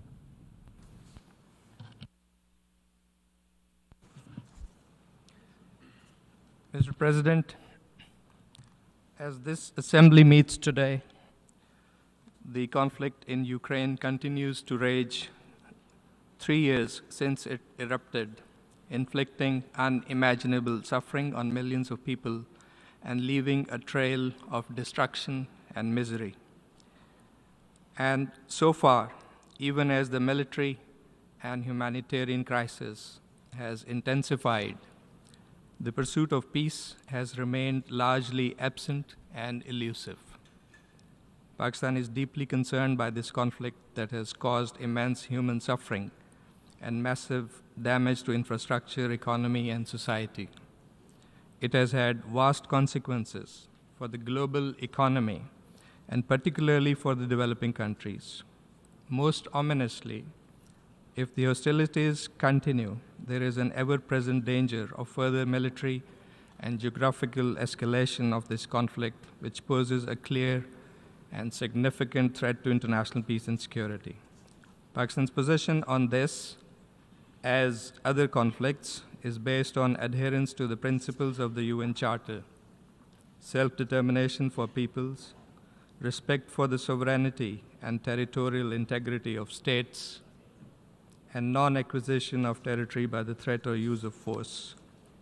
Consistent with the Charter, states must also implement international agreements and abide by their respective obligations and respond to the legitimate security interests of all states. Mr. President, Pakistan regrets that the principles of the UN Charter have not been universally or consistently applied. In particular, these principles have been flagrantly violated for over decades in the brutal foreign occupation of Jammu and Kashmir and Palestine. The resolutions of the Security Council calling for the exercise of the right to self-determination by the peoples of Kashmir and Palestine remain to be implemented, imperiling international peace and security. International law and justice must be upheld everywhere. Mr. President, we believe the conflict in Ukraine could have been averted through dialogue and diplomacy. It must be brought to an end now, urgently, through constructive and inclusive diplomacy. As a country that has seen and suffered the consequences of prolonged conflict in our neighborhood, Pakistan has consistently advocated immediate cessation of hostilities and resumption of dialogue to achieve a just, lasting, and durable solution to this conflict. Pakistan therefore endorses the call for an urgent and swift end to the conflict between Ukraine and Russia and the pursuit of active diplomatic efforts to achieve enduring peace. We see merit in the resolution proposed by the US in this regard. Pakistan had welcomed the early mediatory efforts by Turkey. We also saw value in the endeavor of some countries from the global south to promote a peaceful settlement we are encouraged that efforts to bring an end to this conflict have gathered wider momentum. We take note of the recent high-level contacts between the US and Russian leadership and commend the role played by the Kingdom of Saudi Arabia in facilitating dialogue and diplomacy. Mr. President, Pakistan would welcome any initiative which helps lead the parties to arrive at a pacific and sustainable settlement of this tragic conflict through constructive and inclusive diplomacy, in full respect for the UN Charter, international law, and relevant multilateral agreements, and which is responsive to the legitimate national security interests of all sides. To this end, Pakistan stands ready to play a constructive role in this assembly, in the Security Council, and in other forums to promote effective and inclusive diplomatic endeavors aimed at bringing a swift end to this conflict in accordance with international law and the UN Charter. As we vote on different proposals today, we hope everyone will come together, united for peace. We must not miss this opportunity. I thank you. I thank the distinguished representative of Pakistan, and I'll give the floor to the distinguished representative of Azerbaijan. Mr. President, after 3 years, the situation in Iran and Ukraine continues to pose a serious threat to peace and security at the regional and global levels. Of particular concern is an increased humanitarian impact as civilians bear the major burden of hostilities. Azerbaijan stands for the earliest peaceful settlement through diplomatic means, in full compliance with the norms and the principles of international law guiding interstate relations, in particular those relating to the sovereignty and territorial integrity of states and the inviolability of borders, and encourage the dialogue between the parties to that end. Thank you. I thank the distinguished representative of Azerbaijan, and now give the floor to the distinguished representative of Canada.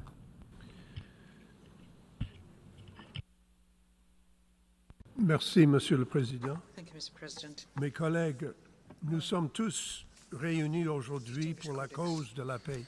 We're all here. Sur cette question, tout le monde semble être d'accord. And on this, everyone seems to be in agreement. Mais est-ce que ce sera la paix avec la justice ou non? Ça, c'est la question devant nous aujourd'hui. Quand on ensemble le coût humain de ces 3 années d'agression russe, selon le Commissariat des Nations Unies aux droits de l'homme, plus de 12 000 civils ont été tués. Et ça continue, les attaques de drones, chaque nuit, chaque jour, même maintenant. Quand les chefs du monde sont actifs. Plus de 10 millions d'Ukrainiens ont été déplacés. 2 millions de maisons endommagées ou détruites dans toute l'Ukraine. La situation s'aggrave. L'année dernière, plus d'enfants ont été tués et plus d'hôpitaux et d'écoles ont été détruits que l'année précédente. J'ai dit il y a 3 ans, lorsque j'ai pris le podium dans les premiers jours après l'invasion de la Russie, et je le dis maintenant, que les actions de la Russie sont une violation flagrante de la Charte des Nations Unies, de ses objectifs et de ses principes. L'égalité souveraine de tous les États, le droit de tous les peuples à l'autodétermination, to self-determination, le règlement pacifique des peaceful différends et l'interdiction du recours à la force. And the prohibition on the using of force. President Putin continued with his war of aggression. Nos collègues de l'ONU ont amassé des tonnes de preuves des violations We have been receiving huge amounts of Russia's violations of international humanitarian law, international law, of torture, sexual torture, arbitrary execution of prisoners of war, targeting civilians and civilian infrastructures, in particular electricity generators, and the illegal abducting of children from the territory of Ukraine. This is what we need to be talking about and acting on together. Let us realize that while we are meeting and while we are talking, the drones are falling even while international leaders are meeting in Kyiv. Let us be clear, nothing justifies this war. These annexations of Ukrainian territory after sham votes at gunpoint. Canada will be voting yes in favor of the Ukrainian motions and in favor of amendments that speak out on the principles of the United Nations and the principles of the Charter. We believe that the evidence shows that President Putin wants to expand a new Russian empire. That goal is incompatible with the principles and purposes of the United Nations Charter. Mr. President, Canada wants peace for Ukraine. The world wants peace. Ukraine wants peace more than any member state here. The question is, what kind of peace will it be? Will it be a peace based on justice and on the Charter and on the principles for which we stand? Or will it be a peace that is a result of an imposition? The cost of colonialism at gunpoint, the cost of Ukraine's children, of its territory, these costs are too high. No state has the right to call on another to make these kinds of sacrifices. We must not accept the lie that of all equal sovereign states, Russia's course is now somehow fixed, unmovable, and that we must discard the UN Charter to accommodate President Putin's imperial ambitions. Russia could end this war today. They could stop the drones today. They could make sure they don't drop on children tonight. They can send their troops home today. We welcome the support of member states for Ukraine's resolution. We once more urge all member states to condemn the actions of Russia. Together we must stand for the values of the UN Charter that Russia has tried and tries each and every day to destroy. Ukrainians have been fighting and dying not just to protect their sovereignty and their territory. They're fighting for all of us. They're fighting to protect the principles that are enshrined in the UN Charter that have, after all, prevented worldwide war for close to 80 years now. The peace that Ukraine seeks, as the Secretary General said yesterday, is a just, a sustainable, and a comprehensive peace, one that fully upholds Ukraine's sovereignty, its independence, its territorial integrity, within borders that are internationally recognized, in accordance with the UN Charter, with international law, and with the resolutions of the General Assembly. Mr. President, as I close, I want to say to the delegation from Ukraine and to the people and government of Ukraine, you are fighting for us all. You are not just fighting for your own country. What you have borne for 3 years is literally unbearable. We are inspired by your bravery, and we must match your bravery with our own courage today. We are standing with you. Canada will always stand up for Ukraine. Thank you very much, Mr. President.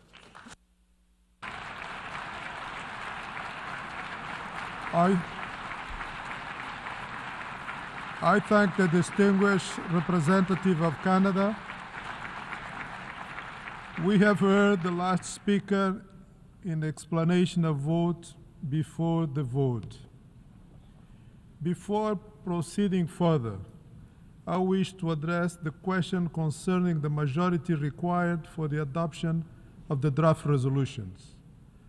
I would like to remind members that Rule 84 of the Rules of Procedure provide as follows, and I quote, "Decisions of the General Assembly on amendments to proposals relating to important questions and on parts of such proposals put to the vote separately shall be made by a 2/3 majority of the members present and voting." End of quote. Therefore, it is decided that a 2/3 majority of the members present and voting is required for the adoption of the draft resolution A/ES11/L11, the adoption of draft amendments A/ES11/L12 to L15 would also require 2/3 majority of the members present and voting. In light of Article 18, paragraphs 2 and 3 of the Charter of the United Nations, is there any objection to taking action on draft resolution A/ES11/L10 and L11 by a 2/3 majority of the members present and voting? I see no objections. The 2/3 majority of members present and voting is therefore required for the adoption of draft resolutions A/ES11/L10 and L11. The 2/3 majority of members present and voting is therefore also required for the adoption of draft amendments A/ES11/L12 to L15.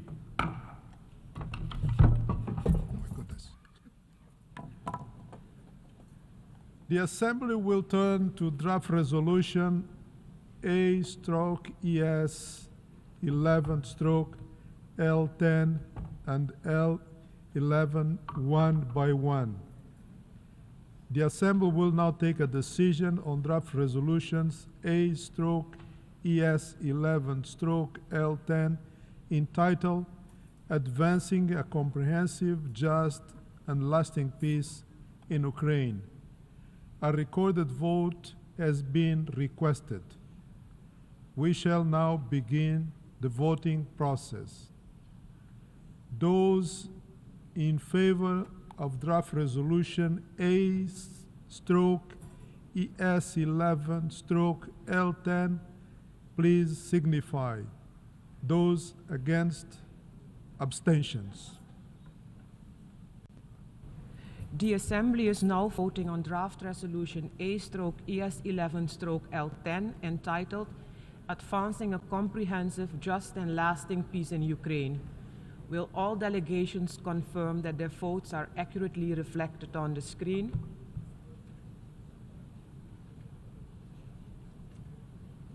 The voting has been completed. Please lock the machine.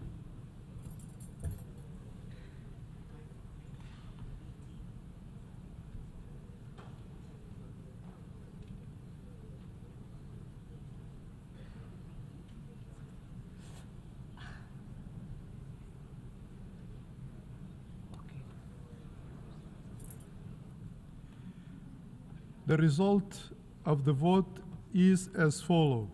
In favor, 93, against 18, abstentions 65. Draft resolution A/ES11/L10 is adopted.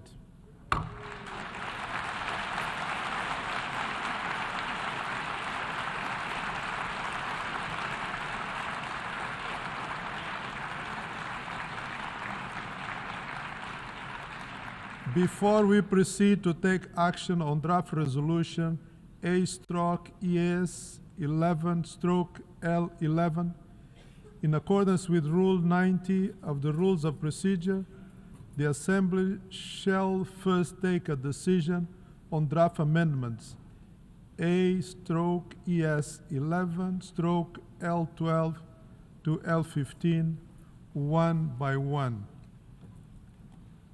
The Assembly will now take a decision on draft amendment A/ES11/L12. A recorded vote has been requested. We shall now begin the voting process. Those in favor of draft amendment A/ES11/L12, please signify. Those against, abstentions. The Assembly is now voting on draft amendment A/ES11/L12. Will all delegations confirm that their votes are accurately reflected on the screen?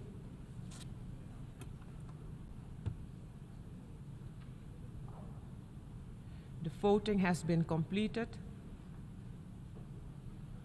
Please lock the machine.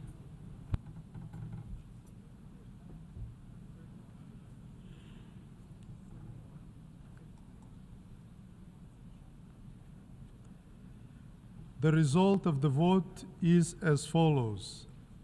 In favor, 31, against 71, abstention 59.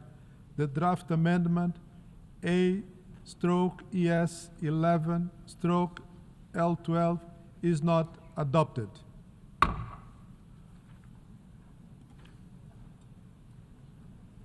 The Assembly will now take a decision on draft amendment A/ES11/L13.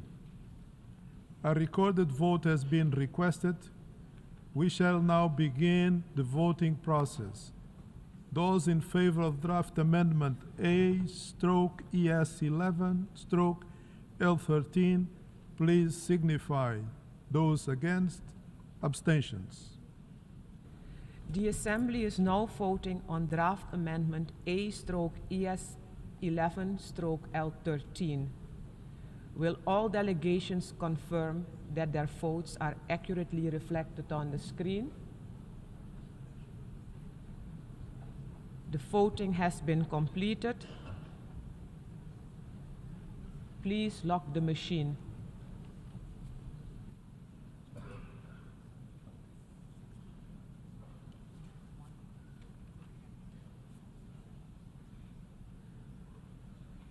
The result of the vote is as follows.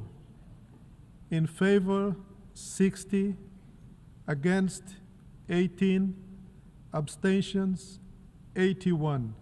The draft amendment A/ES11/L13 is adopted.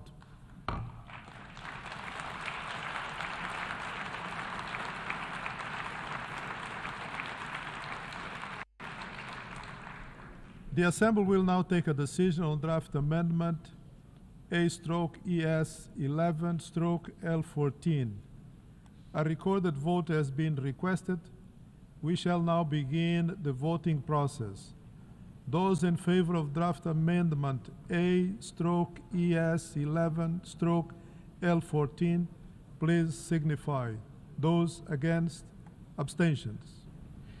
The Assembly is now voting on draft amendment A/ES11/L14. Will all delegations confirm that their votes are accurately reflected on the screen? The voting has been completed. Please lock the machine.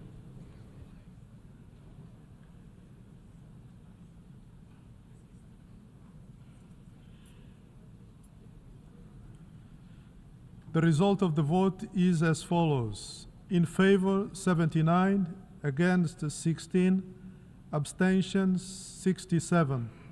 The draft amendment A/ES11/L14 is adopted.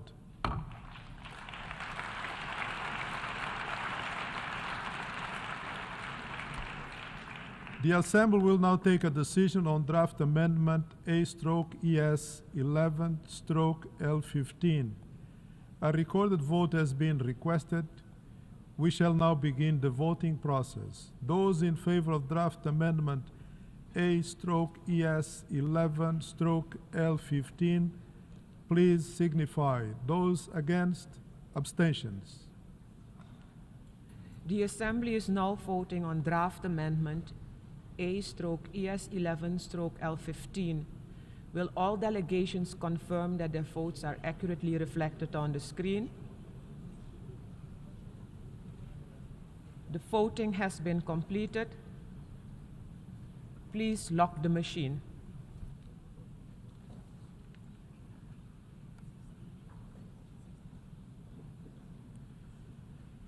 The result of the vote is as follows. In favor, 83, against 16, abstention 61. The draft amendment A/ES11/L15 is adopted.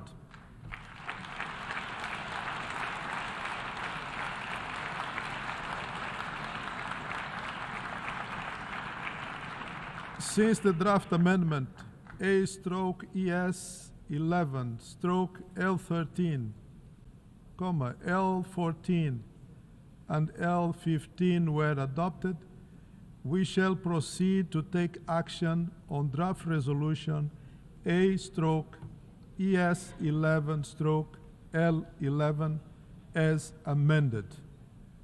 The Assembly will now take a decision on draft resolution A/ES11/L11 as amended, entitled The Path to Peace. In absence of request for a recorded vote, may I take it?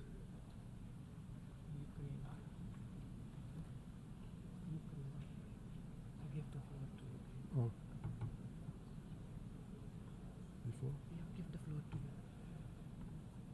I give the floor to the distinguished representative of Ukraine.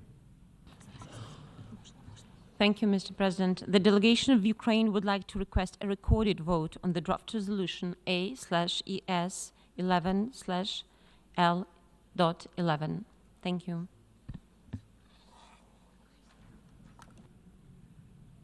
A recorded vote has been requested. We shall now begin the voting process. Those in favor of draft resolution A/ES11/L11 as amended, please signify. Those against, abstentions. The Assembly is now voting on draft resolution A/ES11/L11 as amended, entitled The Path to Peace. Will all delegations confirm that their votes are accurately reflected on the screen? The voting has been completed.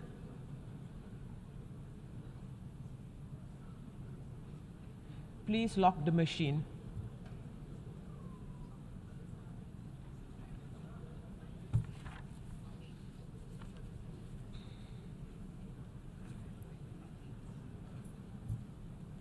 The result of the vote is as follows. In favor, 93, against 8, abstention 73. Draft resolution A/ES11/L11 as amended is adopted.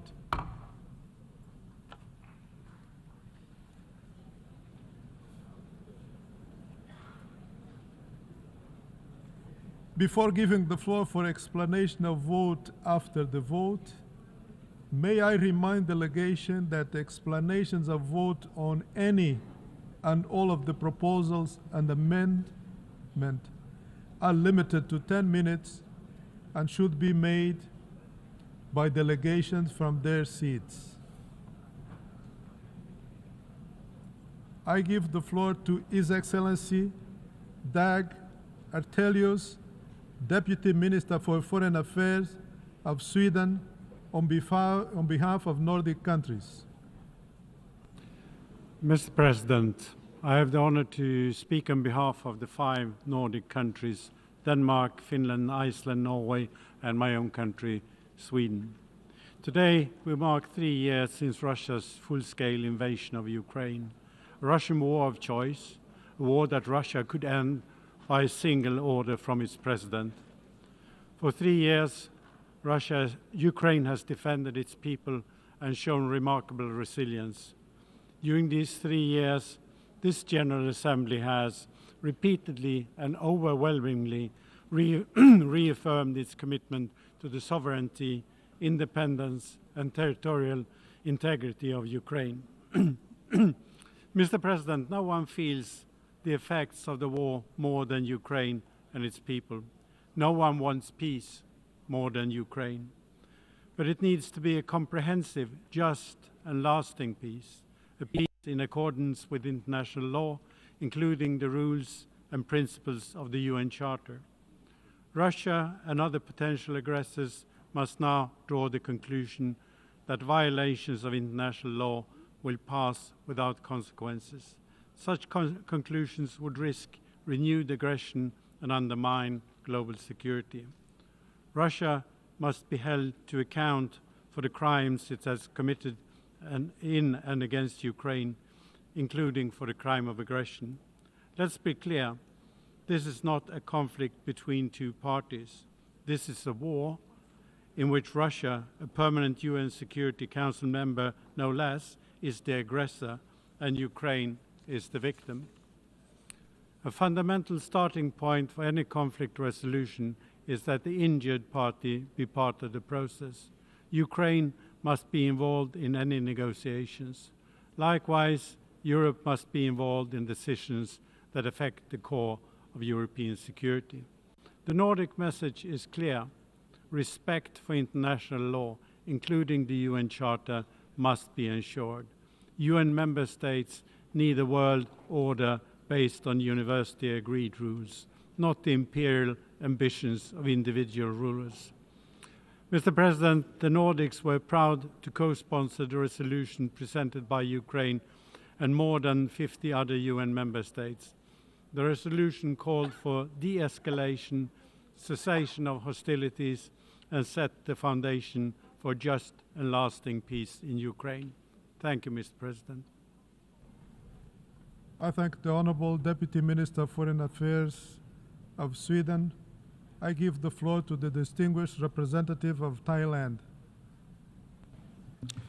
President, Thailand reiterates its unequivocal adherence to all principles and purposes enshrined in the UN Charter and its commitment to upholding international law, including international humanitarian law and international human rights law. Our votes today reflect such long-standing position. As we convene today, President, 3 years have passed since the conflict began in Ukraine, which has, of course, affected international peace and stability. Thailand remains steadfast in its support for meaningful dialogue aimed at ending fighting and achieving a sustainable and lasting solution to the conflict. We urge all parties to engage in constructive dialogue and diplomacy to resolve the crisis peacefully. Thailand welcomes recent diplomatic efforts toward this end and looks forward to the outcomes which should take into account concerns of all sides. We reiterate our deep concern for the humanitarian situation and reaffirm our collective responsibility to alleviate the plight of civilians affected by the ongoing situation. Civilians and civilian objects must be protected, while all parties concerned must ensure safe, rapid, and unhindered access to humanitarian assistance without discrimination or politicization. On our part, Thailand will continue to support humanitarian efforts for those in need. Thailand, through the Thai Red Cross Society and other entities, has long provided humanitarian assistance to civilians affected by this conflict, including the recent procurement of power generators. President, as a true believer in multilateralism and the rule of law, Thailand is in full support of diplomatic efforts, dialogue, and peace. We join the international community in calling for a de-escalation of conflict, an immediate cessation of hostilities, and a lasting peace in Ukraine at this critical juncture. I thank you. I thank the distinguished representative of Thailand, and now I give the floor to the distinguished representative of Kuwait on behalf of the Gulf Cooperation Council. شكرا سيد الرئيس. بسم الله الرحمن الرحيم. Thank you, Mr. President. يسرني أن أدلي بهذا البيان باسم أعضاء مجلس التعاون لدول الخليج العربية، وهي دولة قطر والمملكة العربية السعودية والإمارات العربية المتحدة وسلطنة عمان ومملكة البحرين وبلاد دولة الكويت. صوت أعضاء مجلس التعاون لدول الخليج العربية بالامتناع على مشروع القرار المقدم من جمهورية أوكرانيا وبالامتناع على مشروع القرار المقدم من قبل الولايات المتحدة. ونعيد التأكيد على مواقفنا الثابتة الداعية إلى الالتزام بالمبادئ الراسخة للقانون الدولي وميثاق الأمم المتحدة الذي يحكم العلاقات بين الدول والنظام الدولي القائم على احترام سيادة الدول وسلامتها الإقليمية وسيادتها وعدم التدخل في الشؤون الداخلية للدول واحترام علاقات حسن الجوار.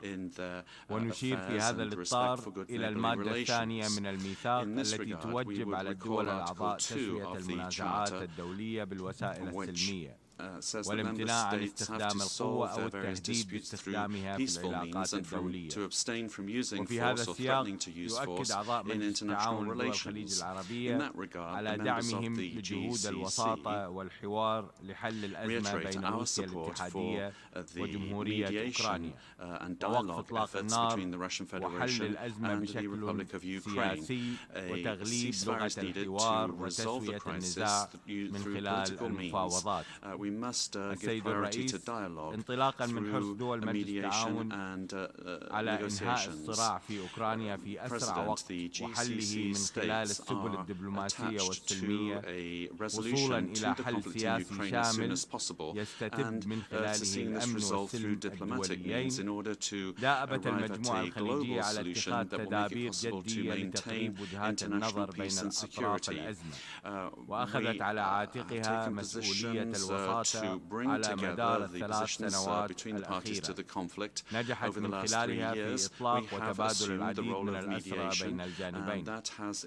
كما تود المجموعة الخليجية تسليط الضوء على جهودها التي من شأنها أن تغير مسلك الصراع والتوصل إلى حل سلمي شامل وعادل ومستدام في جمهورية أوكرانيا، كما يدعو إليه كلا المشروعين الذي تم اعتمادهما اليوم، حيث استضافت المملكة العربية السعودية يوم الثلاثاء الماضي محادثات بين وزيري خارجية روسيا الاتحادية والولايات المتحدة، ونأمل بأن تكون أولى الخطوات نحو التوصل إلى نهاية للأزمة الأوكرانية.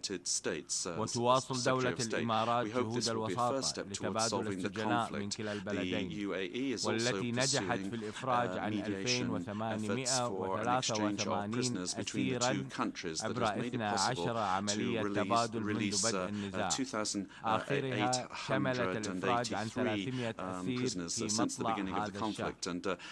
وفي هذا السياق نشير كذلك إلى نجاح وساطة دولة قطر من خلال عدة جولات في لم شمل 75 من الأطفال في جمهورية أوكرانيا وروسيا الاتحادية مع عائلاتهم، وكانت الجولة الأخيرة بتاريخ 14 فبراير 2025. السيد الرئيس، ستواصل دول مجلس التعاون الخليجي جهودها الرامية لبلورة حلول جدية تحقن الدماء وتوصلنا إلى نهاية الصراع العسكري، سعيا لإنهاء الخلاف بشكل نهائي ومستدام، put an end once and for all to the conflict. The successive crises have proven that there is no military solution to any crisis. The solution is in dialogue and negotiations in order to bring about a political solution. In conclusion, the Arab members of the Gulf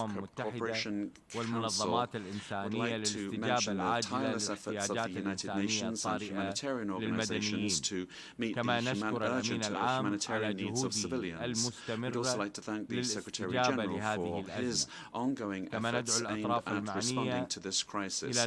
We call upon the parties involved to commit to serious negotiations in order to arrive at an agreement that will put an end to the current crisis and will make it possible to bring about regional and international stability. I thank you, Mr. President. I thank the distinguished representative of Kuwait. Now I give the floor to Her Excellency Lord Machon, State Secretary for Foreign Policy of Denmark.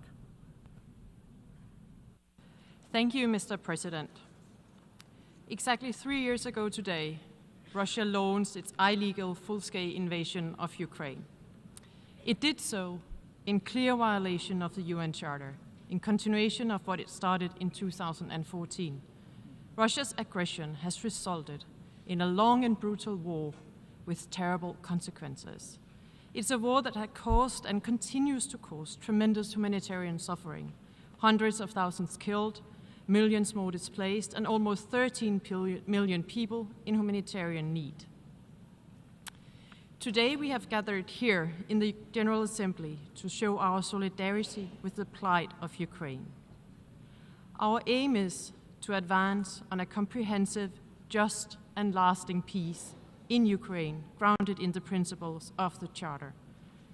To ensure that our calls for peace leave absolutely no doubt about the UN membership's commitment to the UN principles, the UN Charter, and the territorial integrity and sovereignty of nations. Let there be no doubt, no one wants peace more than Ukraine. We therefore welcome all efforts to bring this senseless war to an end. It needs to be a just, a lasting, and a comprehensive peace. The General Assembly resolution by the United States goes in that direction. With the adopted improvements to the text, it aligns with our shared vision for genuine peace and diplomacy.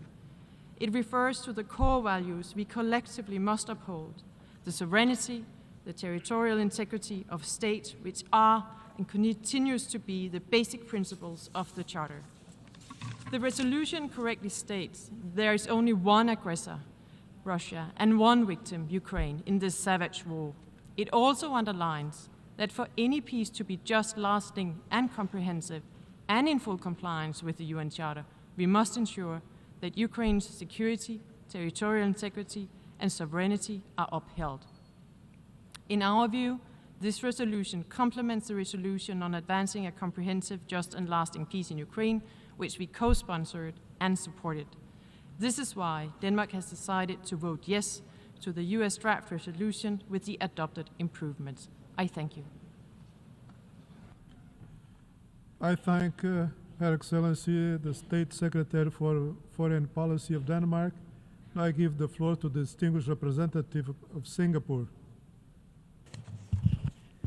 Mr. President, as a staunch supporter of international law and the principles enshrined in the UN Charter, Singapore firmly believes that the sovereignty, political independence, and territorial integrity of all countries, big or small, must be respected. The invasion of one country by another under any pretext cannot be justified. It is for this reason that Singapore has always taken a clear, consistent, and principled position on Russia's invasion of Ukraine, which is a clear violation of international law and the UN Charter. For small states like Singapore, upholding international law and the UN Charter is a matter of existential importance. Singapore is also deeply committed to the cause of securing peace and the peaceful settlement of disputes in accordance with the principles of international law as enshrined in the UN Charter. We call on all parties involved in this conflict to negotiate in good faith and step up efforts to bring an end to the hostilities. Mr. President, Singapore has voted in favor of the resolutions tabled by both Ukraine and the United States. It is our hope that the adoption of these resolutions will pave the way for a cessation of hostilities and create the foundation for a comprehensive, just, and lasting peace. I thank you very much for your attention. I thank the distinguished representative of Singapore. Now I give the floor to the distinguished representative of Ecuador. Gracias, señor presidente. Thank you, Mr. Hoy se President. cumplen 3 años del inicio de la guerra en Ucrania, que continúa causando muerte y sufrimiento y sigue representando una grave amenaza a la paz y seguridad internacionales. En la primera sesión de este 11º periodo extraordinario de sesiones de emergencia, celebrado el 28 de febrero de 2022, una amplia mayoría de la comunidad internacional anticipó que esto ocurriría de no silenciarse inmediatamente las armas. La situación humanitaria se deteriora cada día y son crecientes las necesidades de protección para la población, incluyendo mujeres, niños y personas en situación de vulnerabilidad, a más de la grave crisis de seguridad alimentaria que este conflicto ha generado. Señor Presidente, desde el inicio de esta guerra, el Ecuador ha expresado con claridad su posición en línea con los fundamentos de su política exterior, que se sustentan en la promoción de la paz, la solución pacífica de conflictos internacionales y el rechazo a la amenaza del uso de la fuerza para resolverlos. La propia experiencia ecuatoriana demuestra que incluso conflictos de mayor complejidad pueden encontrar una solución pacífica. El Ecuador cree firmemente que es el momento de comprometerse a poner fin a esta guerra que ha provocado la pérdida de centenas de miles de vidas. La historia nos ha enseñado que los medios militares no traen una paz sostenible y que todos los conflictos, en última instancia, terminan en negociaciones. Por ello, en la Cumbre de la Paz para Ucrania, realizada en Suiza en 2024, el presidente del Ecuador, Daniel Noboa, ofreció sus buenos oficios para avanzar hacia un proceso de arreglo pacífico de este conflicto armado. Es en este contexto que es urgente que las partes demuestren voluntad política, como lo ha expresado el secretario de Estado de los Estados Unidos, tracen un camino que conduzca hacia una paz sostenible. La comunidad internacional y esta organización deben prestar su apoyo a estos esfuerzos, creando condiciones necesarias a tal fin y generando un impulso real hacia la paz. Es por este motivo que, si bien el Ecuador no ha podido votar por una situación ajena a su voluntad, se habría pronunciado a favor del texto original del proyecto de resolución planteado por los Estados Unidos, así como a favor del proyecto presentado por Ucrania con el apoyo de la Unión Europea. Thank you very much. I thank the distinguished representative of Ecuador. Now I give the floor to the distinguished representative of Colombia. Señor presidente, Mr. President, la delegación de Colombia the ha delegation votado en of Colombia abstención el proyecto de abstained resolución on presentado draft por el resolution gobierno de presented Estados by the Unidos government of the relativo United a States with Ucrania, regard to tomando en Ukraine, bearing in consideración mind la tradición de the apego tradition of y respeto adherence al derecho internacional to y a la salida international negociada de law las and controversias entre negotiated los estados que solution Colombia ha to mantenido disputes. That históricamente. has been Colombia's El gobierno historic colombiano position. ha sido The enfático Colombian en su government has been oposición a la emphatic in guerra y a opposing todas las war acciones and que all busquen su actions continuación en el that tiempo attempt to y que continue with se the war alejen de over la time and that discusión move away franca from y en pie a de igualdad frank entre las partes. discussion on an equal Colombia se footing between the opone a cualquier parties. Colombia is intento de opposed to any excluir a una attempt de to las partes exclude one of involucradas the en la guerra parties involved in de the los war procesos de from negociación the negotiating encaminados a dar una process respuesta aimed at providing definitiva a al lasting conflicto. response to the conflict. Bajo el entendido de que solo la on the understanding that it is only with the participation of both sides that we can see just and lasting peace come about.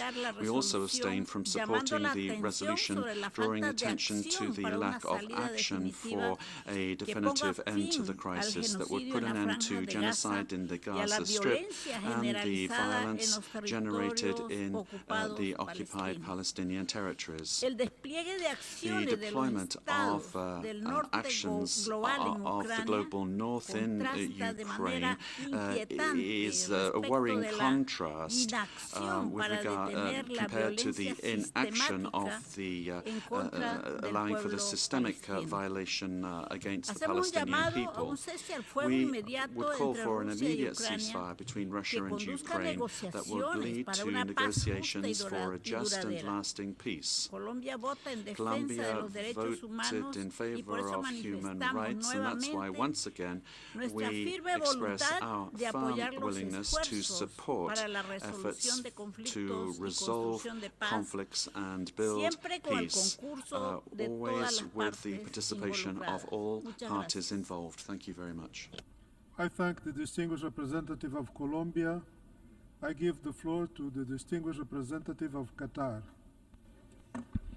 Thank you, Mr. President. We ask for the floor to explain our vote after the vote on the draft resolutions that were proposed within the 11th Emergency Special Session of the United Nations General Assembly. Here, Qatar would like to renew its principled position on the Russian-Ukrainian crisis, which is based on the United Nations Charter's purposes, especially Article 2, Paragraph 4 of the Charter, which forbids the use of force or threatening the use of force in international relations. We call upon all member states to respect the territorial integrity and political independence of other states. Qatar renews its call on all parties to engage in negotiations to put an end to the suffering that has had many negative repercussions on the humanitarian side and has affected the global arena.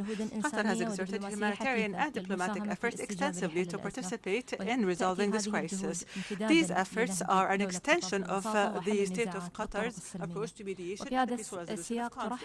And here, the state of Qatar welcomes the fact that the Kingdom of Saudi Arabia is hosting talks between Russia and the Russian Federation and the United States, and we reiterate our support for these efforts to put an end to this crisis. Qatar renews its belief that dialogue is the best solution to disputes, and we reiterate our full readiness to participate in any international regional effort that aims at finding an immediate and peaceful resolution to this crisis. We also reiterate our interest in keeping all channels of communication open with all interested parties. I thank you. I thank the distinguished representative of Qatar. Now I give the floor to the distinguished representative of Timor-Leste. Thank you, Mr. President. Timor-Leste votes in favor of the resolution aimed at fostering a comprehensive, just, and enduring peace in Ukraine. We underscore the significance of upholding sovereignty, territorial integrity, and adherence to international law. We welcome the ongoing talks between the U.S. and Russia to end the conflict and call for the wider involvement of all parties in the conflict for a lasting peace in Ukraine.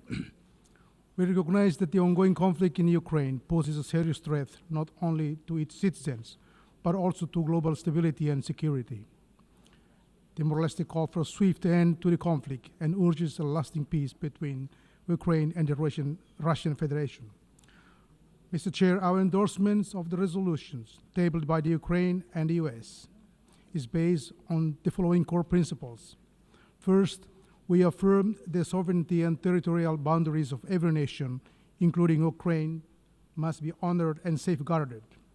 Second, we condemn the severe human rights violations and humanitarian crisis resulting from aggression. We urgently call for an immediate halt to hostilities. Third, we advocate for resolving the conflict through inclusive diplomacy, dialogue, and political negotiations in line with the UN Charter and the international legal standards.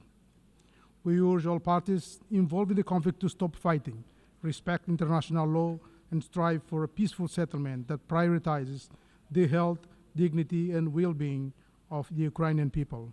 I thank you. I thank the distinguished representative of Timor-Leste and now give the floor to the distinguished representative of New Zealand. New Zealand co-sponsored and voted in support of the resolution entitled Advancing a Comprehensive, Just and Lasting Peace in Ukraine. New Zealand also voted in favour of the amended Path to Peace resolution in line with New Zealand's support for all efforts to achieve a comprehensive, just and lasting end to this war as soon as possible. It has been 3 years since Russia commenced its illegal, full-scale invasion of Ukraine. New Zealand has consistently denounced that invasion, which was a grave breach of international law, including the UN Charter. New Zealand remains committed to upholding the Charter and international law, including the core rules and norms that underpin international peace and security. This includes respect for sovereignty and territorial integrity, and the prohibitions on the use of force and the threat of use of force. New Zealand maintains that Russia's invasion was illegal and unprovoked, and breached the prohibition on the use of force in Article 2.4 of the Charter. Our positions today are grounded on those core principles. This war has had a horrific human cost. It has caused immense suffering to the people of Ukraine and has significantly impacted regional and global stability. We welcome the effort that all parties are bringing to the shared endeavour of ending this conflict. We acknowledge the renewed energy the US has brought to these efforts. In seeking an end to this war, it is vital that we do so in a way that best achieves a comprehensive, just, and lasting peace in accordance with international law. To do otherwise would be inconsistent with the principles and purposes of this grand organisation. Thank you. I thank the distinguished representative of New Zealand.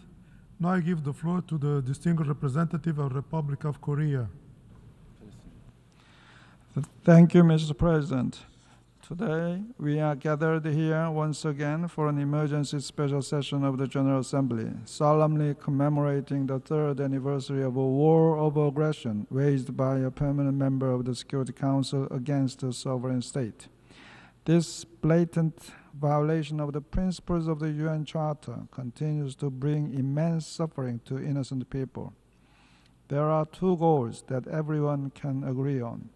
1, this senseless and unlawful war must come to an end as soon as possible. And 2, we must strive to uphold the fundamental principles of the UN Charter and international law. Now is the time to gather our wisdom and determination to achieve both objectives simultaneously as much as possible. In this light, the Republic of Korea voted in favor of both resolutions proposed by Ukraine and the United States, as well as the amendments to the U.S. text proposed by the European countries. Mr. President, for the past 3 years, the war in Ukraine has inflicted unspeakable suffering and devastation. The tears of innocent civilians have long overflowed and are now nearly exhausted. Moreover, this war is now perilously globalized, with the security threats in Europe and Asia becoming ever more interconnected. No one imagined that North Korea would take part in this unjust war when it began. As explicitly stated in Ukraine's resolution today, for the first time, the involvement of North Korean forces in Ukraine, in addition to the procurement and the use of DPRK weaponry, is deeply troubling. The illegal military cooperation between Russia and DPRK in blatant violation of multiple Security Council resolutions must stop immediately. Mr. President, as this senseless war has continued for 3 years, we support diplomatic efforts and negotiations, though long overdue, to end this war.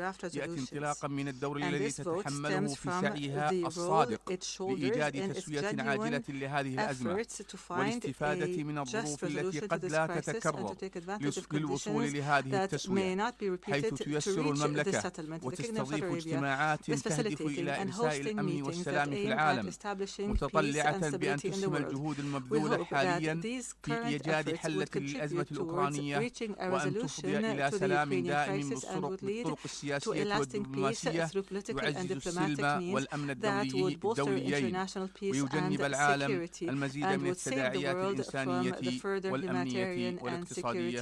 وشكرا السيد الرئيس. Thank you. I thank the distinguished representative of Saudi Arabia. I give the floor to the distinguished representative of Turkey. Mr. President, let me start by thanking Your Excellency for convening this emergency session. After 3 years of intense conflict with immense humanitarian consequences, the war in Ukraine continues to have profound global implications for international peace and security. It has now become apparent that military means fail to bring peace, and yet the ultimate solution still lies in diplomacy. We have been witnessing that recently the calls for diplomacy, dialogue, and negotiations are gaining momentum. It is our sincere hope that the current efforts constitute the beginning of the end of the conflict and consequently pave the way for peace. Mr. President, even though the latest developments may seem like a novelty for some, they correspond to the long-standing position of Turkey, a consistent proponent for a peaceful resolution of this conflict in line with the UN Charter. Since the very beginning, we have been advocating that the focus should be on reaching a just and lasting solution through negotiations and diplomacy, while warning against the risks of escalation in the region. With that in mind, Turkey has remained in direct contact with both sides and opted to communicating its messages without intermediaries. In the meanwhile, we have continued to support Ukraine's territorial integrity, sovereignty, and independence. Ultimately, a just peace can only be achieved through direct dialogue and mutual understanding. The basic principle has shaped our approach to conflict since its outset. From Istanbul talks in March 2022 to Black Sea Grain Initiative and the exchange of prisoners of war, Turkey has actively pursued diplomacy and achieved concrete results. As ever, today we stand ready to facilitate an end to this war through negotiations. Mr. President, the responsibility of building peace should not be imposed on neither one country nor a group of limited number of countries. It is time that we focus our efforts on a realistic and, above all, viable peace. Now more than ever, it is necessary to have both sides of the conflict present in the process in order for the peace talks to be successful. As Turkey, we remain committed to playing our part in the pursuit of just and sustainable peace. Turkish votes for both resolutions today and the amendments were carefully shaped to reflect this principled policy. Thank you. I thank the distinguished representative of Turkey. Now give the floor to the distinguished representative of Russian Federation. Господин председатель, Mr. President, я не буду объяснять причины, по которым Россия проголосовала против Украины европейского проекта. Они очевидны. Мы о них неоднократно говорили. Требует пояснения лишь наше голосование против американского The only explanation here is the reason we voted against the American draft. Unfortunately, the absence of our amendment stating that we need to eradicate the root causes of the conflict, and also after the European amendments were taken in, the essence of it has become completely distorted. As a result, instead of an appeal for peace, which originally was put in there by the American colleagues, we ended up with yet another another anti-Russian piece of paper, which is distorting the truth, which is creating unrealistic expectations, presenting as regards the way the international community can settle the Ukrainian crisis. This way, yet another opportunity was lost to hear from the General Assembly an appeal for fair, equitable, sustainable peace in Ukraine, taking into account the realities on the ground. We were ready to support that, but the EU and their supporters deprived us of this opportunity, thus having devalued and bankrupted the American draft. Under these conditions, we had to vote against a product which was unrealistic and not viable. I think that today our American colleagues have seen for themselves that the road to peace in Ukraine will not be an easy one, and there will be many who will try to make sure that the peace doesn't come for as long as possible. But this shouldn't stop us. We appreciated the initiative of the United States, and we do hope that this will be followed by other new initiatives, which will finally set aside the party of war in Europe. This is important. And this is important first and foremost to save Ukraine and the Ukrainians, which are being sacrificed by the expired Ukrainian president in order to save himself and enrich himself. I thank you. I thank the distinguished representative of Russian Federation. I now give the floor to the distinguished representative of Syrian Arab Republic. شكرا سيد الرئيس. Thank you, Mr. President. أشكركم على منح الكلمة I thank you for giving me the floor الجمهورية العربية السورية. Explain the vote of سيد the الرئيس، Syrian Arab Republic. لقد أعلنت القيادة السورية الجديدة The new Syrian leadership, Mr. President, has declared its commitment to a balanced foreign policy that is based on the purposes and principles of the United Nations Charter and aims to establish amicable and friendly relations with all members of the United Nations based on the principle of mutual respect as well as common interests and in a manner that would bolster efforts to achieve peace and stability throughout the world. Away from the policies of axes and political polarization. Therefore, my country على مشاريع القرارات المقدمة والتعديلات التي طرحت عليها. شكرا سيد الرئيس. Thank you, Mr. President.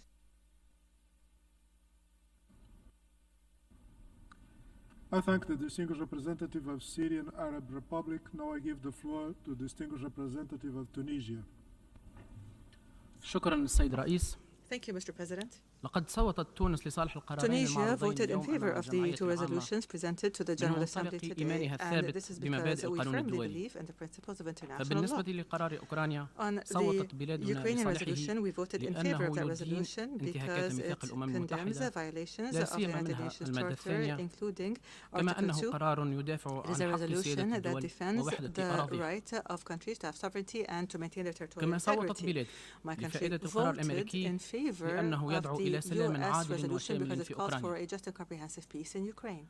تؤكد تونس أن تصويتها هو تصويت يرتكز على المبادئ بعيدا عن أي حسابات جيوستراتيجية وهو تصويت لصالح قواعد القانون الدولي الآمرة والملزمة لكافة الدول الأعضاء في منظمتنا الأممية. في هذا السياق تأمل تونس أن ترى نفس الالتزام والتضامن من المجموعة الدولية عندما يتعلق الأمر بالقضية الفلسطينية وبحق الشعب الفلسطيني في تقرير مصيره وبحق دولة فلسطين the right of the state of Palestine to have sovereignty and territorial integrity. I thank you. I thank the distinguished representative of Tunisia. I now give the floor to the distinguished representative of Brazil. Thank you, Mr. President. Mr. President, everyone agrees that the war that has raged Ukraine in the past 3 years has to end. Destruction is the only concrete result of 3 years of violence. Yet, we have decided to abstain on resolutions L10 and L11 in an attempt to preserve an atmosphere that is more conducive to dialogue and the end of this conflict. We encourage member states to focus on building bridges and negotiating in a transparent manner and in due regard for agreed and standard language.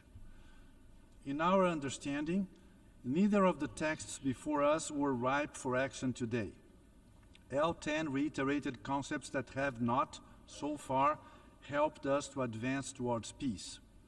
L11, on the other hand, was presented with insufficient time for a constructive process of consultations and adjustment. We believe a landing zone between both projects is still both possible and desirable. We see merits in both texts.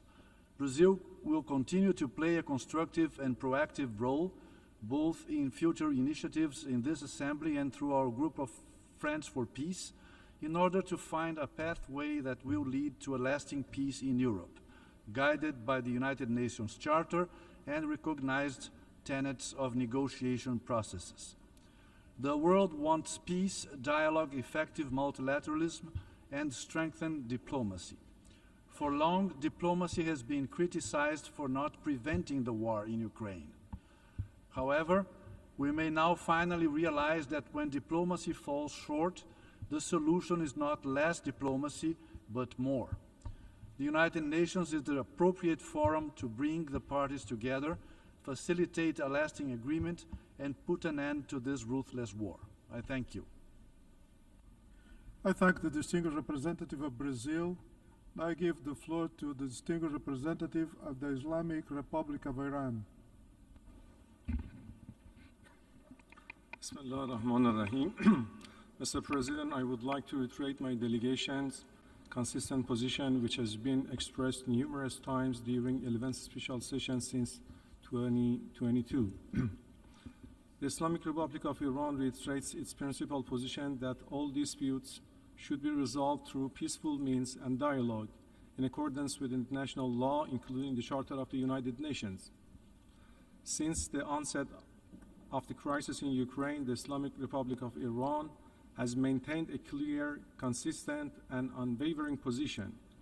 We have emphasized that all UN member states must fully respect the purposes and principles enshrined in the United Nations Charter, as well as international law, including the principles of sovereignty, independence, unity, territorial integrity, and the imperative to refrain from the threat or use of force. The Islamic Republic of Iran has repeatedly called for an immediate cessation of hostilities and the escalation of tensions. It has long been the position of my delegation that in order to find long-term and sustainable solutions to crises such as these, it is essential to address their root causes.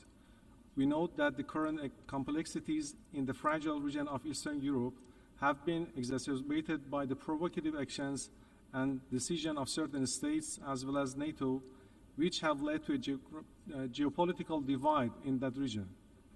Regrettably, the Islamic Republic of Iran has been facing baseless allegations from some parties to this conflict that my delegation repeatedly has denied and continues to reject it categorically. After considering the motivation of some of the member states sponsoring today's resolutions, we have come to the conclusion that this is another political move in a wider geopolitical rivalry. I want to reiterate that the references made to the purpose and principles of the United Nations in resolutions just adopted a few minutes ago must in no way be regarded as reinterpretation of the United Nations Charter. For all of those reasons, my delegation abstained in the voting on these resolutions. Finally, it should be mentioned that the Islamic Republic of Iran will continue its constructive engagement to help the peaceful resolution of this crisis. I thank you, Mr. Chair. I thank the distinguished representative of the Islamic Republic of Iran. We have heard the last speaker in the explanation of vote after the vote. As agreed earlier, the Assembly will resume the debate on Agenda Item 5. I now give the floor to His Excellency Jim O'Callaghan, Minister of Justice, Home Affairs and Migration of Ireland.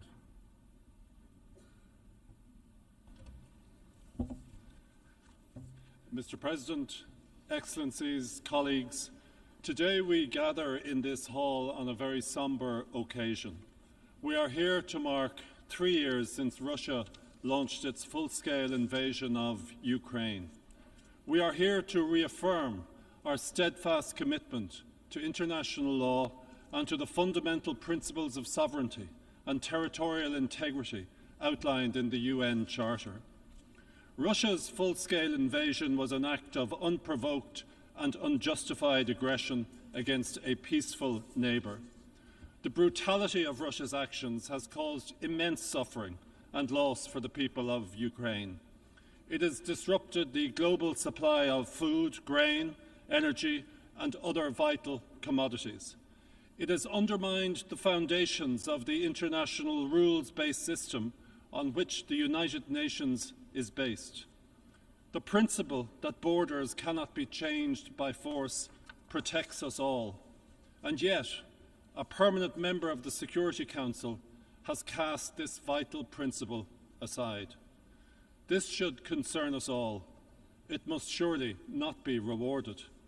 The cause of Ukraine is not a case of North and South or East and West. It is the cause of right versus wrong. These are universal values that apply to each of us equally and in full. Any credible future for multilateralism depends on this. Let us recall, Mr. President, that on 7 occasions this General Assembly has called for an immediate, complete and unconditional withdrawal of Russian military forces from the territory of Ukraine. We have done so in overwhelming numbers. Today, Mr. President, we gather once again to call for an end to this war and a just and lasting peace in full accordance with the UN Charter. Mr. President, we all want this conflict to end. The distinguished minister from Ukraine has been eloquent in describing her country's desire to see an end to 3 years of war. The cause of peace must be our overriding objective and our guiding star. We welcome and commend efforts to bring about an end to conflict. We thank the United States for its commitment to advance peace for Ukraine. Many of us in this chamber have known conflict in our past. For some, the present is marred by conflict and its terrible effects. We in Ireland know the value of peace and why we must work to achieve and to preserve it. But we must also acknowledge that how we make peace matters. We must aspire to a comprehensive, just and lasting peace, a peace that respects Ukraine's sovereignty, territorial integrity and the principles of the United Nations Charter and international law. Ukraine must be central to any process and must determine the timing and terms of any agreement. We know that an end without justice is not peace. The people of Ukraine have endured over 1,000 days of attacks on land, by sea and from the air, on their homes, their hospitals, their schools and their critical energy infrastructure. Russia has forcibly deported thousands of Ukrainian children, forced over 14 million from their homes and deepened the scourge of global hunger. The decisions of our shared institutions of international justice reinforce the collective condemnation that we, as United Nations member states, have made of Russia's reprehensible aggression against Ukraine. These decisions must guide us as we seek to craft a peace in line with the United Nations Charter and international law. And so we meet today, Mr. President, not for any partisan geopolitical agenda, but because the Russian Federation has failed to implement all 7 resolutions of the General Assembly, and it has ignored the orders of the International Court of Justice. Accountability for Russia's violations must remain a priority. Mr. President, in the face of brutal adversity, the people of Ukraine continue to demonstrate outstanding courage, resolve and determination. Today, Ireland would like to honour their heroic efforts to defend their country and their freedom. They have done nothing to bring down this war on their heads. They deserve the same right we all claim of self-determination, to determine their own future in peace, dignity and security. They deserve the unqualified support of each of us in this chamber. We are all agreed that the time for a just, lasting and comprehensive peace in Ukraine is long overdue. Let us act now to advance this noble goal. In doing so, let us recall that if the UN Charter and accountability are not central to our endeavours, each of us is less secure. We know this from history, and we know that any common framework to deliver a just and lasting peace must uphold the United Nations Charter. I urge all states to join with Ireland in recommitting to these fundamental purposes and principles that are for the peace and security of all of us, of these United Nations. Thank you very much. I thank His Excellency Minister for Justice, Home Affairs and Migration of Ireland, and now give the floor to His Excellency Georgios Gerapetritis, Minister of Foreign Affairs of Greece.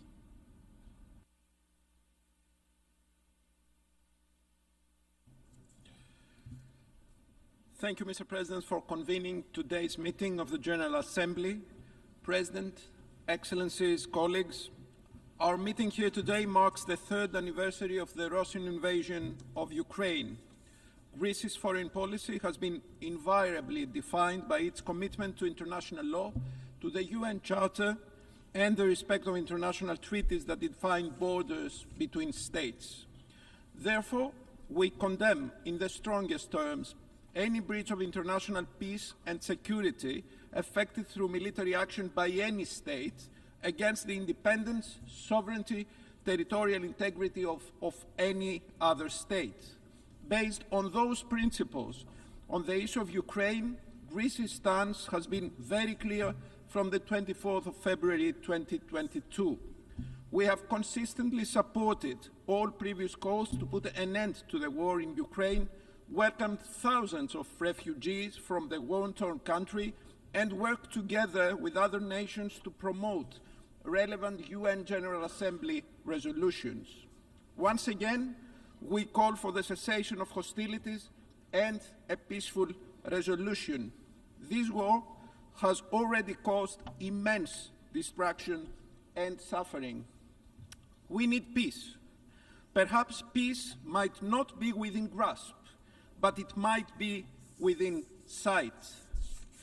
But what is needed is not only a cessation of hostilities, but mostly a comprehensive and lasting settlement through inclusive diplomacy based on the UN Charter and international law. We also need an agreement that will guarantee and act in a deterring and preventive way in the years to come. The war must stop.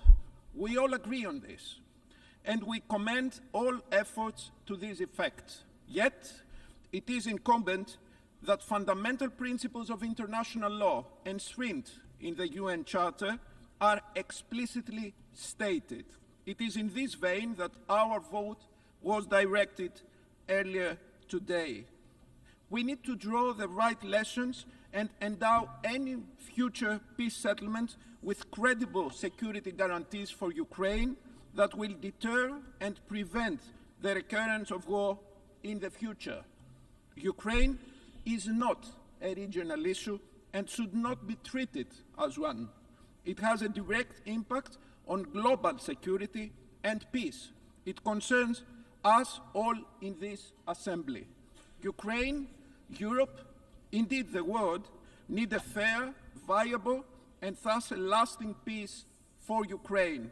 Let us support this goal after 3 disastrous years of war, while at the same time hoping that this could also lead to a model of how to prevent similar calamities in the future. Thank you. I thank His Excellency Minister for Foreign Affairs of Greece. I now give the floor to His Excellency Radosław Sikorski, Minister of Foreign Affairs of Poland.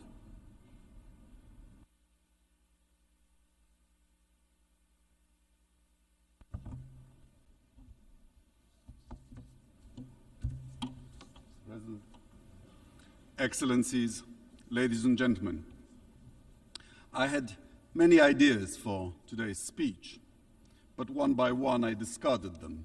Here's why. We live in turbulent times. After a short break from history that some of us enjoyed, it has again caught up with us all.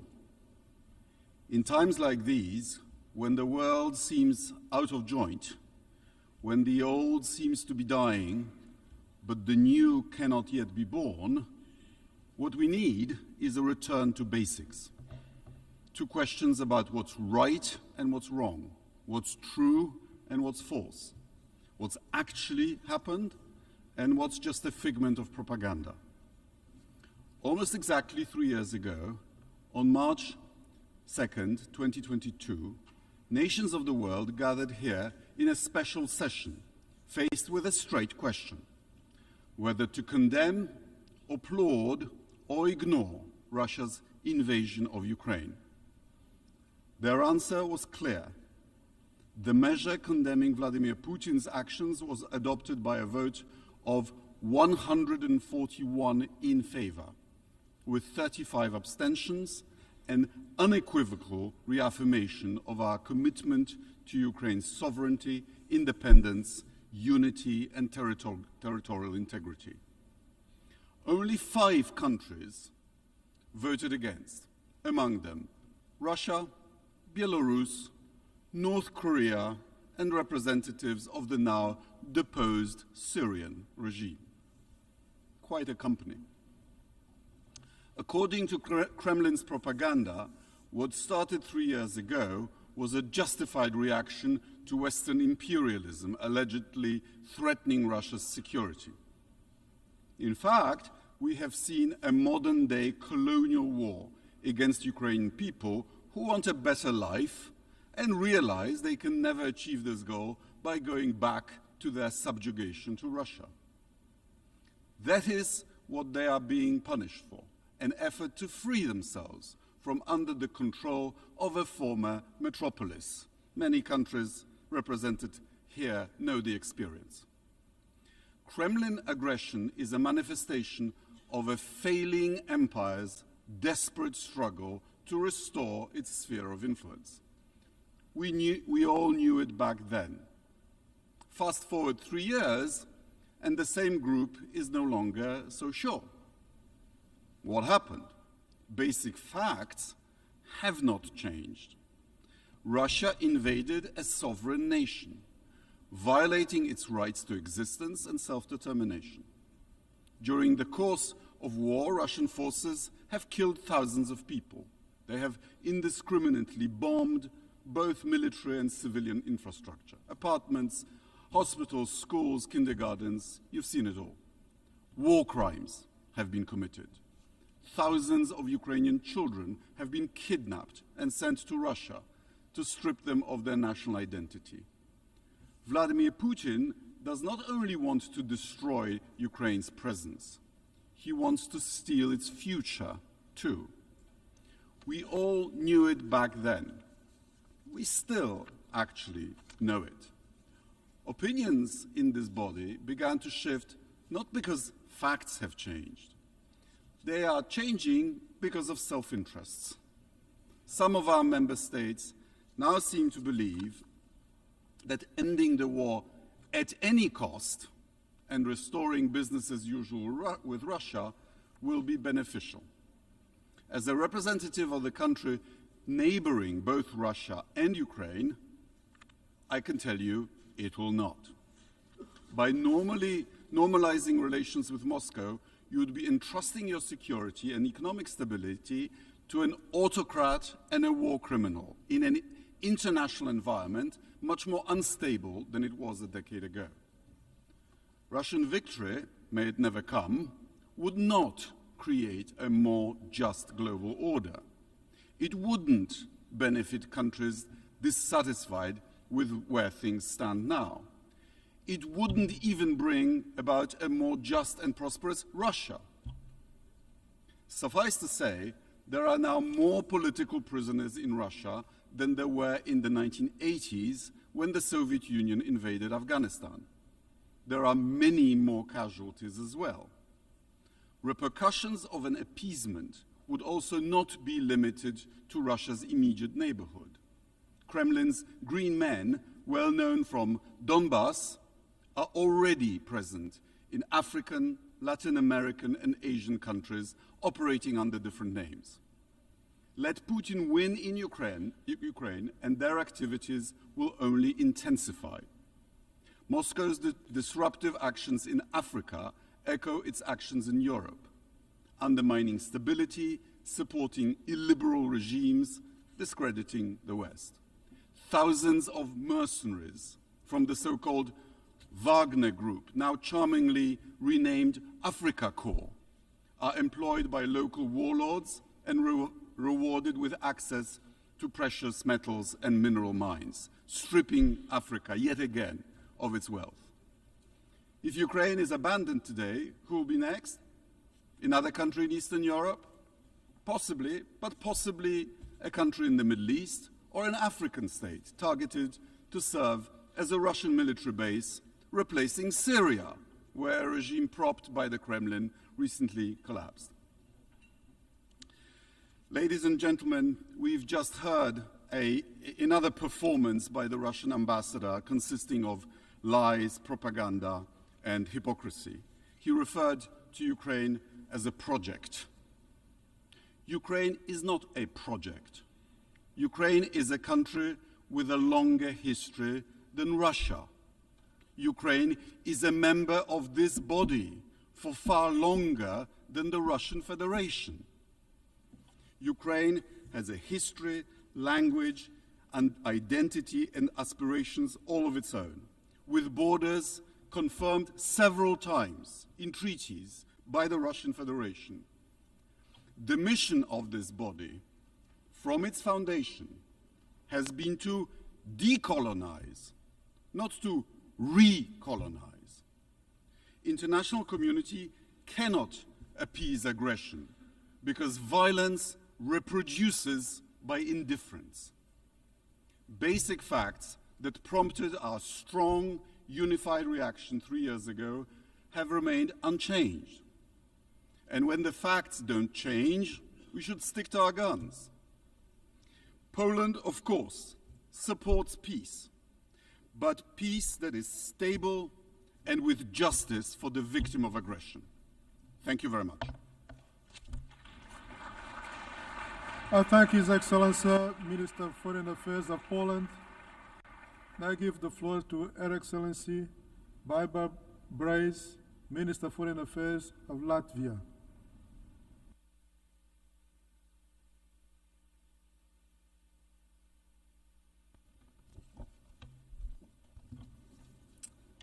Mr. President, delegates, distinguished representatives of the member states. 3 years ago, Russia unleashed a full-scale aggression against its sovereign neighbor, Ukraine. 3 years ago, Russia, a permanent member of the UN Security Council, blocked that council from taking action mandated by the UN Charter to uphold international peace and security. 3 years ago, the International Court of Justice ordered Russia to stop its military activities in Ukraine. That did not happen. So, 3 years later, today, Russia, a 114 million nuclear-armed state, has failed to take even a fifth of Ukraine's territory. It has failed to break 40 million Ukrainians' will to be free and sovereign. But Russia will have lost 1 million killed and wounded this year while attacking an innocent neighbor.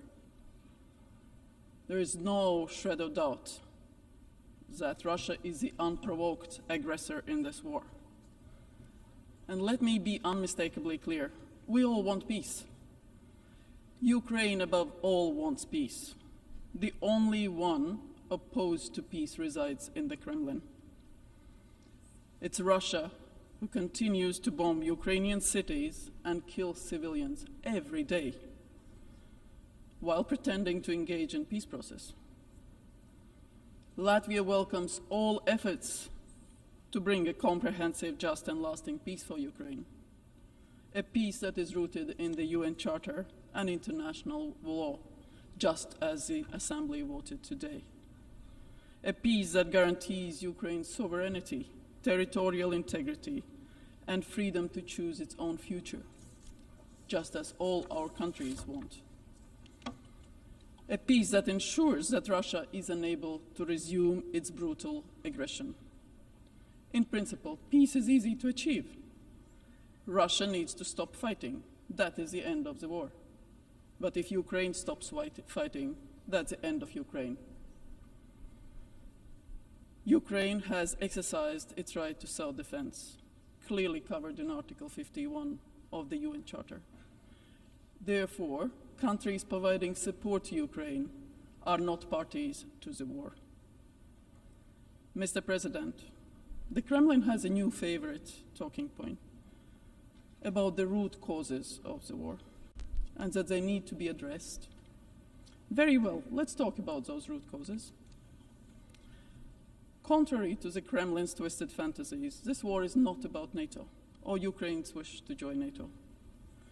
NATO is not a party to the war, neither are the member states, nor is the reason for the war.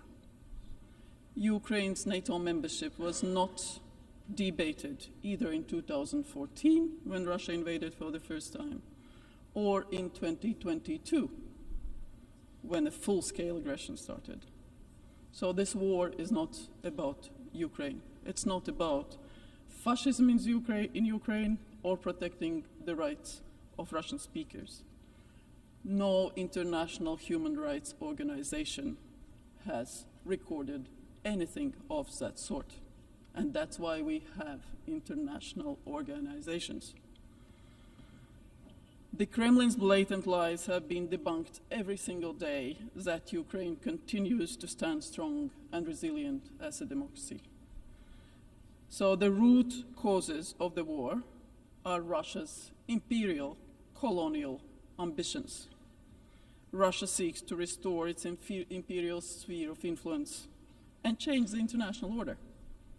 Russia seeks to control the future, choices, and resources of sovereign countries and peoples, not just in Europe, but in Africa and other continents. Therefore, ladies and gentlemen, addressing the root causes of war requires stopping Russia's imperial conquest once and for all. Therefore, we call on all countries, their parliaments and governments, to significantly increase their aid to Ukraine. Political, economic, military, financial, humanitarian, any assistance to Ukraine. The stronger Ukraine is, the stronger its position at the diplomatic table. Mr. President, this is not an isolated war, nor it's just a European issue. Its consequences are felt across the globe, affecting the food security, energy security, resources at some of the world's most vulnerable regions. According to several estimates, Russia's war against Ukraine has cost around 2% of the global GDP. 2% of the global GDP. Impunity for aggression in one place creates a domino effect, emboldening efforts to undermine international order elsewhere. So Russia must face international accountability for the crime of aggression. But we will continue to stand with Ukraine in its existential fight, just as we did today, showing that rights matter, that UN matters, that General Assembly and the will of independent countries matter.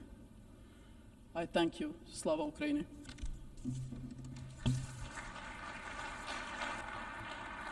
I thank Her Excellency Minister for Foreign Affairs of Latvia.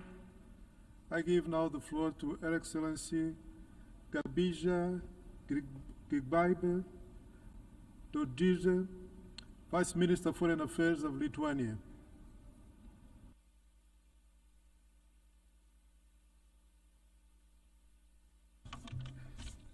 Mr. President, Excellencies, colleagues, we stand at the threshold of the fourth year of Russia's full-scale aggression on sovereign Ukraine, an enduring tragedy that has become Europe's darkest war since the horrors of World War II.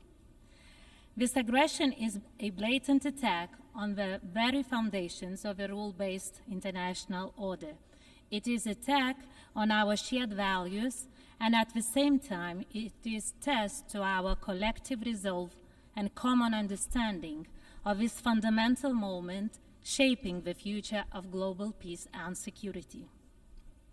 3 years later, Ukraine continues to resist heroically. Putin's attempt to military conquest Ukraine has failed.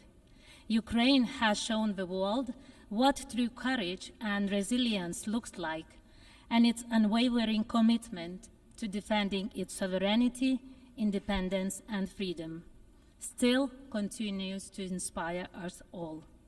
Today, my message is clear.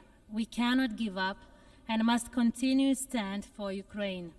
We must continue to support Ukraine as its struggle is inseparable from our shared commitment to peace, security, and the defense of the values enshrined in the UN Charter.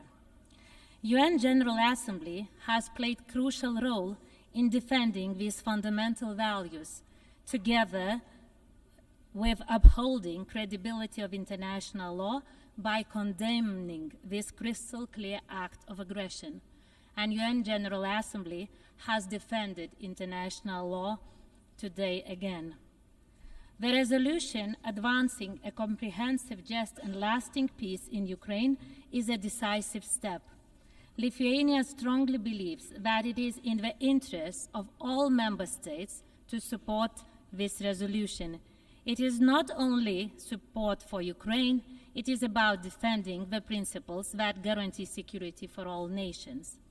And Lithuania reiterates that any peace proposal or resolution must include strong reference to the fundamental principles of the UN Charter, particularly the sovereignty and territorial integrity of all states, and we strongly supported amendments that were introduced by France to the resolution tabled by the US. Colleagues, the pursuit of peace requires constant commitment to international norms and international justice mechanisms, by first respecting the mandates and then by not undermining the role that they have been entrusted. And we must remain fully committed to also creating new justice mechanisms if existing ones cannot deliver far-reaching justice for Ukraine being the victim of brutal aggression of Russia. Furthermore, accountability for the crime of aggression against Ukraine must not be an afterthought. It must be a fundamental pillar of our legal response to Russia's aggression, because it is not only about having just ending for the war in Ukraine, it is about stopping aggression in Europe, making it far more likely that aggression against Ukraine is Russia's last unprovoked war, not merely the latest one. An unjust deal on the tribunal would only reward and embolden Russia not to stop. Furthermore, impunity of military and political leadership for the crime of aggression will empower rogue actors to challenge borders, sovereignty, and attack international rules with force. Wherefore, we all must be concerned about justice for Ukraine, as it affects every nation, every economy, and every society.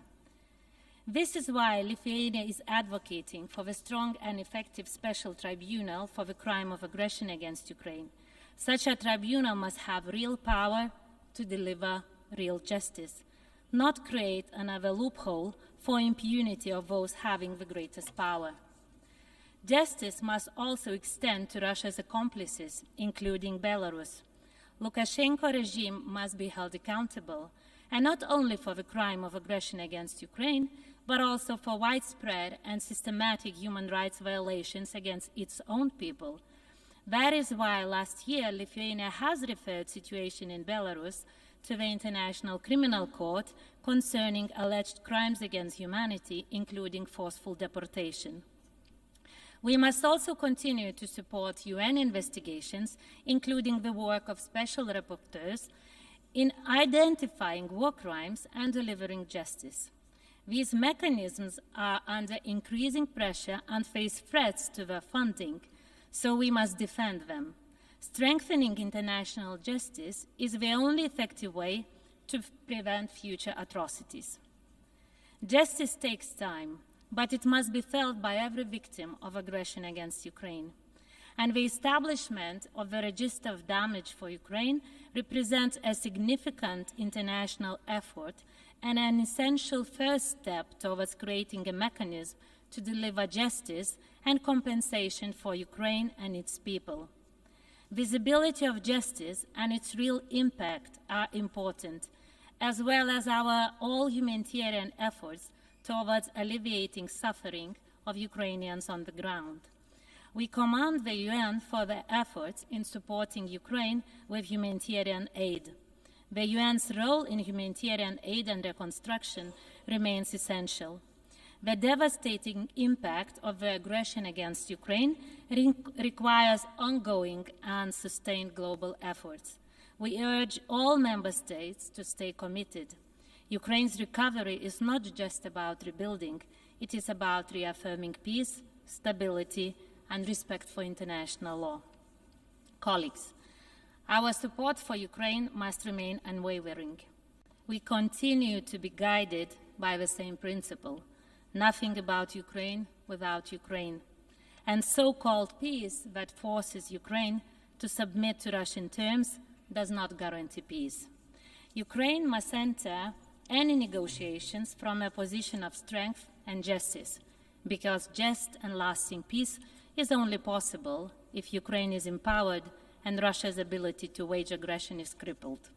Because weak response today incites aggression tomorrow. Justice, strength, and unity are the only answers to tyranny and lawlessness. But our actions must match our words. Talking about what we cannot do weakens our position. We must focus on what we can do instead. Ukraine must be free to choose its alliances, security arrangements, and finally, its future. Ending the war is possible, but true peace can never be dictated by the aggressor. The path forward lies in the defeat of Russia in Ukraine and Ukraine's victory by restoring its territorial integrity and independence. Just and lasting peace is possible, but only if Ukraine is strengthened and Russia's war machine is dismantled to prevent future aggression. So the choice is clear: future shaped by Ukraine's victory as being strategic victory for all of us, or a world where aggression runs unchecked. So let us make wise choices on which the fate of nations depend today and tomorrow. Thank you, Mr. President. I thank Her Excellency Vice Minister for Foreign Affairs of Lithuania, and I'll give the floor to His Excellency Traian Ristea, Deputy Minister for Foreign Affairs of Romania.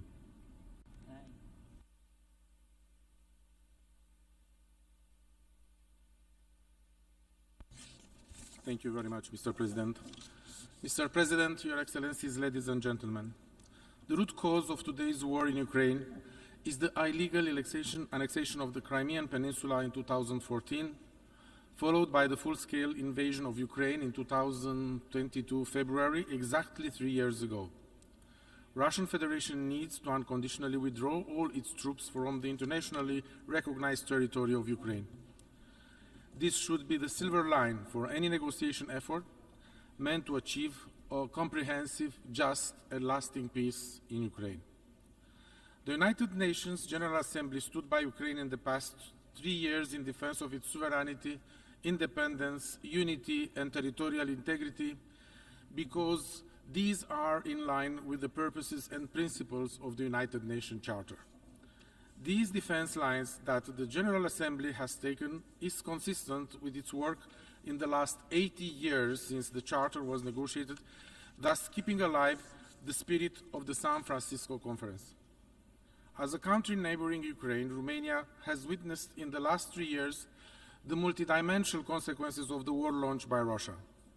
Being a frontline state and benefiting from European solidarity, the government of Romania has employed to the best of its ability a wide range of measures in order to mitigate the consequences for the rest of the region and, if possibly, worldwide. In line with the human rights law, we welcome the civilians seeking shelter and currently take care of almost 250,000 Ukrainians that were granted temporary protection in Romania. We focused our attention to the needs of women and children by employing programs and extending cooperation with most of the United Nations agencies that were on the ground. In line with the international humanitarian law, we have facilitated the export of over 70 million tons of goods, of which 55 million tons of grains, to ensure the continuity of the global supply chain. The focus of our actions has been on ensuring transit of agricultural products so as to mitigate the risk of food insecurity worldwide. The European Solidarity Lanes meant using Romanian roads, railways, river and Black Sea ports to ensure food products can be available for the global market.